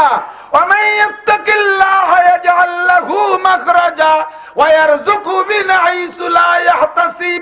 দারুণার বাহির থেকে ইস্তার, কি কলা রিজিকের ব্যবস্থা। মুবারক কান্দে দেশে, মালিক আমি তো এই দেশে, তাই যদি বাংলাদেশে থাকতাম তাহলে বিয়ে আরো সহজ ছিল, কারণ বাংলাদেশে বিয়েতে পয়সা লাগে না, বিয়ে করলে আরো পাওয়া যায়। আমি তো গোলামের বাচ্চা, গোলাম সবে মাত্র আজাদ হয়েছি, একটা পয়সা আমার নাই। আপনি বড় লোকের মাইয়ে, দেন মোহর দেবো কোন জায়গাতে? বিয়ে করতে তো দেন মোহর দেওয়া লাগে, বাংলাদেশে তো দেন মোহর দেওয়া লাগে না, খালি লেখলি হয়ে যায়, বরঞ্চ 3 লাখ পাওয়া যায়। আমি দেন মোহর ছাড়া বিয়ে করবো কিভাবে? মালিক কয় যে তুই দেন মোহর দিয়েই তো বিয়ে করবো। টাকা পাবো কোন জায়গায়? আমার পুরো সম্পদের 3 ভাগের 1 ভাগ তোমার নামে দলিল করে দিলাম। টোটাল সম্পদের 3 ভাগের 1 ভাগ, 3-এর ভিতরে ওসিয়ত, 3-এর 1-এর ভিতরে ওসিয়ত নাফেজ হয়, 3-এর 1-এর ভিতরে আমার টোটাল সম্পদের 3 ভাগের 1 ভাগ তোমারে দিয়ে দিলাম। কিসের ওসিলায়? জোর হলো না? যুবক তুমি তাকওয়া অবলম্বন করো, তাহলে তোমার এরকম হবে।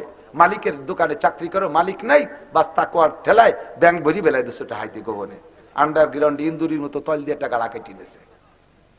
মুত্তাকিন নামও রাখছে কি? মুত্তাকিন নাম, মোখলেস নাম, আতর আলী, গায়ে ভাটার গন্ধ। মুবারক বহুত আছে, এইরকম একটা মুবারক করিম দেখবি রুজির বরকত হবে। বাস সম্পদ পাইয়া এবার বিয়েও করে ফেলাইছে, দেনবহরের ব্যবস্থা হয়ে গেছে, বিয়ে হয়ে গেছে আলহামদুলিল্লাহ। এদিকে দিক চলে আইছি, শেষে আর কাঁচাই ফেলাইছি, এখন বিয়ে হয়ে গেছে। এই যে দম্পতি না, এই মেয়ে বিয়ে দিচ্ছে আর ওই ছেলে, এই দম্পতির ভিতরে যেই সন্তানটা, সেই সন্তানটার নাম আব্দুল্লাহ, নাম হলো আব্দুল্লাহ ইবনে মুবারক। সারা পৃথিবীর শ্রেষ্ঠ মুহাদ্দিস, জোরে কন্যা সুবহানাল্লাহ। সন্তান ভালো পাইতে হলে আব্দুল্লাহ ইবনে মুবারক, আব্দুল্লাহর মতো সন্তান পাইতে হলে মুবারক করিমের মতো। বহুত হিন্দুরাও আছে, হিন্দুরা পুরুষ সঙ্গে ক্যান্সারের ভয়তে মুসলমানি নিচ্ছে, তো ওই মুসলমানিতে মুসলমান হলে হাজার হাজার হিন্দুরে আমার বেচতে দিয়া লাগে, ওই মুসলমানি না। উদখুলু ফিস সিলমি কাফা, A to Z মুসলমান হতে হবে। এ টু জেড সহজে 2-4 কথার মধ্যে আমি গাছের গোড়া ধরাই দিছি, আপনি ভাইয়ে উঠতে পারবেন।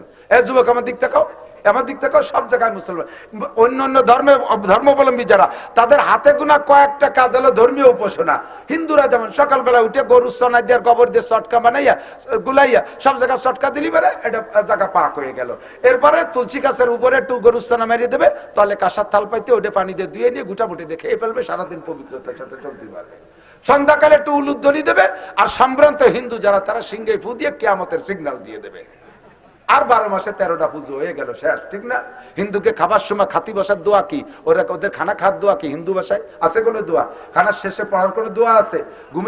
ঘুমানোর সময় দোয়া আছে, ঘুম থেকে উঠে দোয়া আছে, পায়খানায় ঢোকার দোয়া হিন্দু ধর্মে আছে, বেরোনোর দোয়া আছে, আমাদের আছে না নাই? হাত্তাকে বোর কাছে যাবেন, স্ত্রী সহবাস করবেন, সে জায়গায় আমাকে দোয়া আছে, আছে না নাই? আছে না? আমাদের এ টু জেড সব জায়গায় ইসলাম আছে। ঘুমানোর সময় আল্লাহুম্মা বিসমিকা আমুতু ওয়া আহইয়া, তোমার নামে মরিতেছি, তোমার নামে বাঁচবো, এই করে শুইছেন, ঘুমের থেকে উঠে বাঁচায় দিয়েছে কে? আল্লাহ। সাথে সাথে শুকর আলহামদুলিল্লাহিল্লাযী আহইয়ানা বা'দা মা মাতানা ওয়া ইলাইহিন নুশুর। পায়খানায় যাবেন, আল্লাহুম্মা ইন্নী আউযু বিকা মিনাল খুবুসি ওয়াল খাবায়েস, বাইরে থেকে দোয়া পড়বেন, ভিতরে যেয়ে না। ঢুকবেন আপনি বাম পা দিয়া, এবার পরিমাণ মতো কাপড় খুলবেন, দরজা বন্ধ হইয়ে দে, ও জায়গা কেউ নাই বিদায় লুঙ্গিটা খুলে আলনায় বাঁধাইতে বিড়িয়ারটা ধরাই দিয়ে পুলিশে টানবে না, রাখতে থাকে। এটা ইসলাম না। ঠিক, যতটুক লাগবে অতটুক খুলবেন, বাম পার ভর দিয়ে বসবেন। বাথরুমে কোন পার ভর? আমাকে যে পা ওই তো বাদ হয়ে গেছে, এখন চেয়ার হইতে দিছে হাই কমেন্ট, বসবো ও বাচ্চা, তাহলে বাম দিকে একটু ঝুঁয়ে বসেন। হ্যাঁ, ইংলিশ কমেন্ট, এই মুসলিম কমেন্ট, আরবি কমেন্টে আগিয়ার জুত পাই নেই, ইংলিশ কমেন্টে পায়খানা, পায়খানাও ক্লিয়ার হয় না, চৌষট খাই আগা লাগে। বাম পাশের ভর দিয়ে বসবেন, ক্লিয়ার হবে বেশি। এবার 3টে ঢিলা ব্যবহার করবেন। গরমকালে সামনের ডাব, প্রথমটা সামনের থেকে পিছনের দিক। পুরুষের শরীর গরমকালে একরকম থাকে, শীতকালে আর একরকম হয়ে যায়।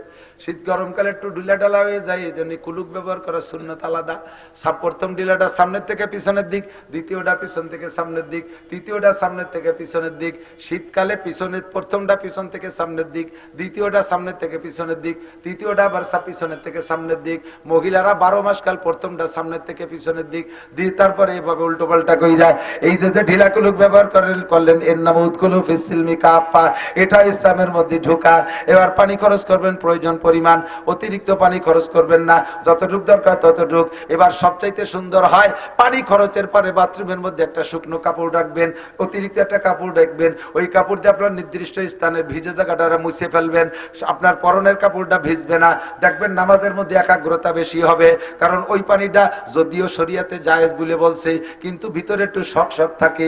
অল্প ময়লাকে আরো অল্প পানিতে গুলাই মুলাই আশপাশে ভিজে ফেলাই দিছি, মনের মধ্যে একটু খুশখুশি থাকে, ওইটা যদি কাপড় দিয়ে মুছে ফেলেন, দেখবেন নামাজের মধ্যে একাগ্রতা বেশি হয়, পরিচ্ছন্নতার মধ্যে বেশি এটা ভালো লাগে, তৃপ্তি লাগে বেশি। এরপরে আপনি বের হবেন, বের হবার সময় ডান পা দিয়ে বের হবেন, আল্লাহু আকবার, বের হয়ে বাইরে এসে একটা দোয়া পড়বেন। দেখেন এক পায়খানার মধ্যে কতগুলো, এর সবগুলোর নাম ইসলাম, সবগুলোর নাম ইসলাম। যে জায়গা যাবেন সেই জায়গায় ইসলাম। প্যান্ট পরবেন, প্যান্টের ভিতরে ডাইন পাটা আগে ঢুকাইবেন, বাম পাটা পরে ঢুকাই টেনে বেল্ট লাগাবেন, পরাও হবে ইসলামও হবে। খোলার সময় বাম পা আগে খুলবেন, ডাইন পা পরে খুলবেন, খোলাও হবে ইসলামও হবে। আল্লাহু আকবার। জামার ভিতরে ডাইন হাত আগে ঢুকায় বাম হাত পরে ঢুকাবেন, পরাও হবে ইসলামও হবে। বাম হাত আগে ঢুকায় ডাইন হাত পরে ঢুকাবেন, পরা হবে ইসলাম হবে না। জুতোর মধ্যে ডাইন পা আগে ঢুকায় বাম পা পরে ঢুকাবেন, পরাও হবে ইসলামও হবে। বাম পা খোলার সময় বাম পা আগে খুলবেন, ডাইন পা পরে খুলবেন, পরাও খোলাও হবে ইসলামও হবে। এর উল্টো করবেন, খোলা হবে পরা হবে, ইসলাম হবে না। প্রত্যেকটা জায়গায় ইসলাম আছে, এই জন্য আল্লাহ কয় উদখুলু ফিস সিলমি কাফা, ইসলামের মধ্যে পরিপূর্ণ ঢোকো। ওয়ালা তামুতুন্না ইল্লা ওয়া আনতুম মুসলিমুন। এ যুবক, দাড়ি রাখবা, দাড়ি রাখছো তুমি মেসি কাটিং, খাইজনে একটু পেঁয়াজের ভাষায় যা আছে তাই। দাড়ি রাখা হবে, ইসলাম হবে না। দাড়ি রাখা হয়ে গেছে কিন্তু ইসলামই নেই। দাড়ি যদি ইসলামী দাড়ি রাখো, তাহলে 1 মুঠ পরিমাণ লম্বা হইতে হবে। 1 মুঠ দাড়ি রাখো, দাড়ি রাখাও হবে, ইসলামও হবে। খাইজনে চুলকনি দাড়ি রাখছো, দাড়ি রাখা হয়েছে, ইসলাম হয় নাই। তোমার চেহারা কার সাথে মিলে গেছে? মেসির সাথে আর নেইমারের সাথে। এহুদি মার্কা দাড়ি রাখছো, এহুদি মার্কা দাড়ি রাখছো, এই দাড়িতে তোমারে জান্নাতে নিতে পারবে না। চুল কাটছো তুমি কিং জং উম, উত্তর কোরিয়ার প্রেসিডেন্ট কিং জং উন। কুত্ত সুলা দিয়ে উপরে সাইডে রেখে দিয়েছে, বোঝা বিড়িয়ে বহা লাগতে পারে এই জন্য।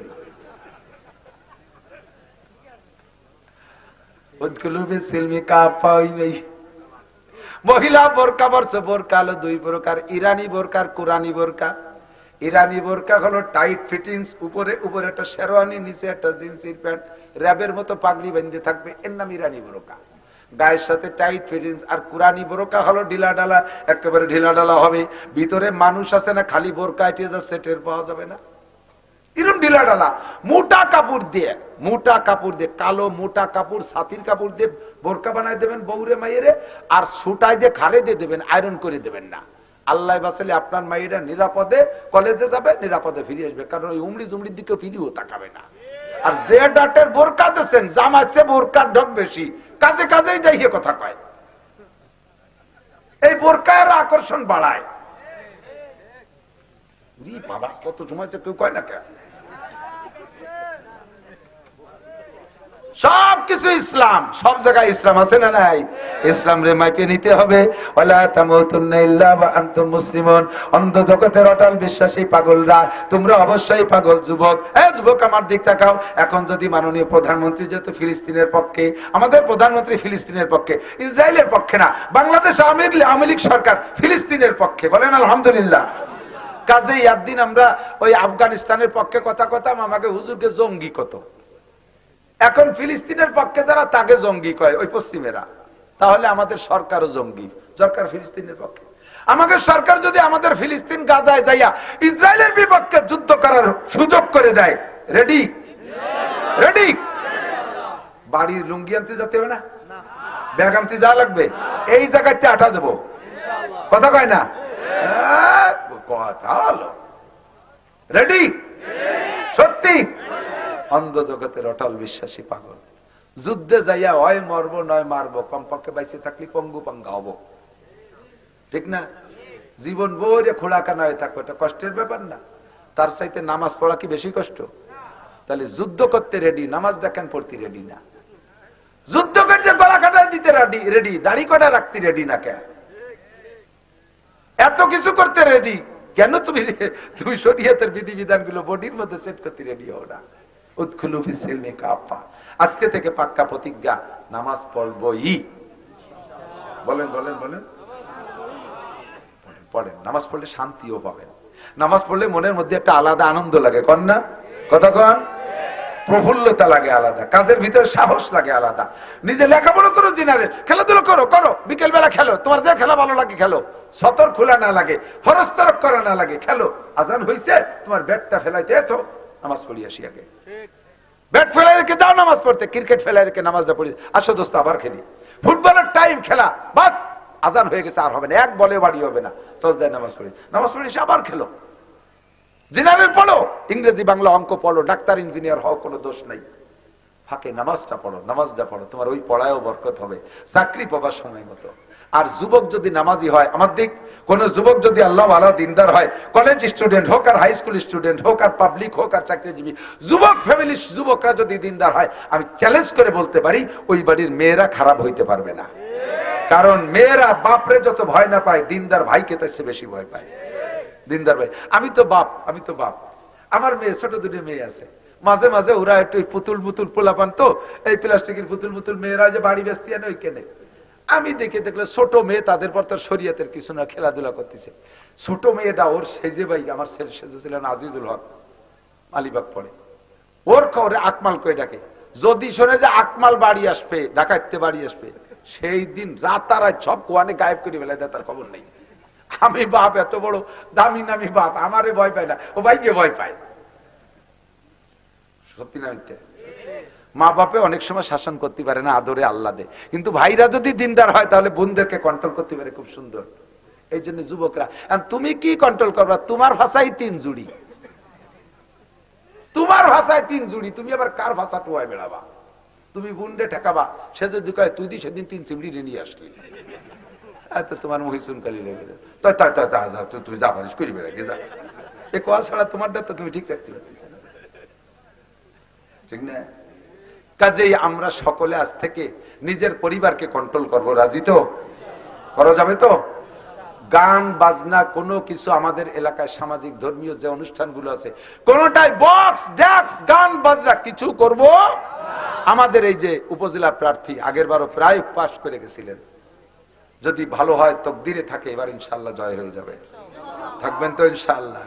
আরে ভাই যে যা করেন করেন, আমি ভোট চাচ্ছি না। আমার গোপালগঞ্জ, আমি এখানে ভোট চাইতে, উনি উপজেলা চেয়ার হলে আমার এখন জান চাল দেবে নাকি? কিন্তু ধীরে ধীরে ধীরে ধীরে আগাইতে থাকতে হবে। আর ফেয়ার নির্বাচন, এবার কি সুন্দর নির্বাচন হয়েছে, কোনো ভোট কাটাকাটি নেই। নিজেরা তো দুই দল, কাজেই অনেক কাটার সুযোগই নাই। কাটতে গেলে এবার নিজেকে আর এক দল তো ডাল ছড়কি নিয়ে দাঁড়ায় রয়েছে। নির্বাচন সঠিক হয়েছে, এটা ঠিক আছে, তাই তো যাই হোক না কেন। তা আশা করি এই গতিতে সামনের নির্বাচনও কাটাকাটি হবে না। একজন আল্লাহওয়ালা মানুষ, দিনদার মানুষকে সমর্থন দিয়ে ইনশাল্লাহ ফায়দা হবে, ফায়দা হবে। উনি নিয়ে আসছে আমার কাছে একদল যুবকদেরকে, সে যুবকরা গান বন্ধ করে দিয়ে, মেলা বন্ধ করে সুন্দর মাহফিলের ইন্তজাম। আগামীবার সেই যুবকদের পক্ষ থেকে উলামা সম্মেলন হবে ইনশাআল্লাহ, বহুত উলামায়ে কিরাম আসবে। এইরকম একটা যুব সংগঠন আমরা করতে পারবো না ইনশাআল্লাহ? করা যাবে তো? আমি এভাবেই তোমাদের জন্য দোয়া করবো, মাহফিলের ভিতরে তোমাদের প্রশংসা করবো। আর এই প্রশংসাটাই দোয়া, আলাদা হাত উঠে মোনাজাত করা লাগে না, প্রশংসাই দোয়া। গান বাজনা হতে দেব না, বিবাহ অনুষ্ঠানে মাইক বাজতে দেব না, বক্স ড্যাক্স আনতে দেব না, ঠিক? তোমরা পারবা, বুড়োরা পারবে না। এ কাজ করতে হবে যুবকদের। এলাকার থেকে গাঁজা বা ফেন্সিডিল আমরা পারবো না বন্ধ করতে, আমরা খালি ভয় দিয়ে ছাড়িয়ে দেবো। কিন্তু যে জায়গা খায় সে জায়গাতে আমরা যেতে পারি না। সে জায়গা তো তোমরা চেনো, কোন বাগানের থেকে কিনা বেচা হয়। এলাকায় গাঁজার ডিলার কিনা সব যুবকরা জানে, ওদেরকে তোমরা বোঝাও। এই আকাম করা যাবে। আল্লাহ তাআলা আমাদের সকলকে সহি পাক্কা মুসলমান হওয়ার তৌফিক দান করে। আল্লাহ তাআলা আমাদেরকে পাক্কা পাক্কি মুসলমান হয়ে দুনিয়া থেকে যাওয়ার তৌফিক দান করে। সবাই মিলে আমিন।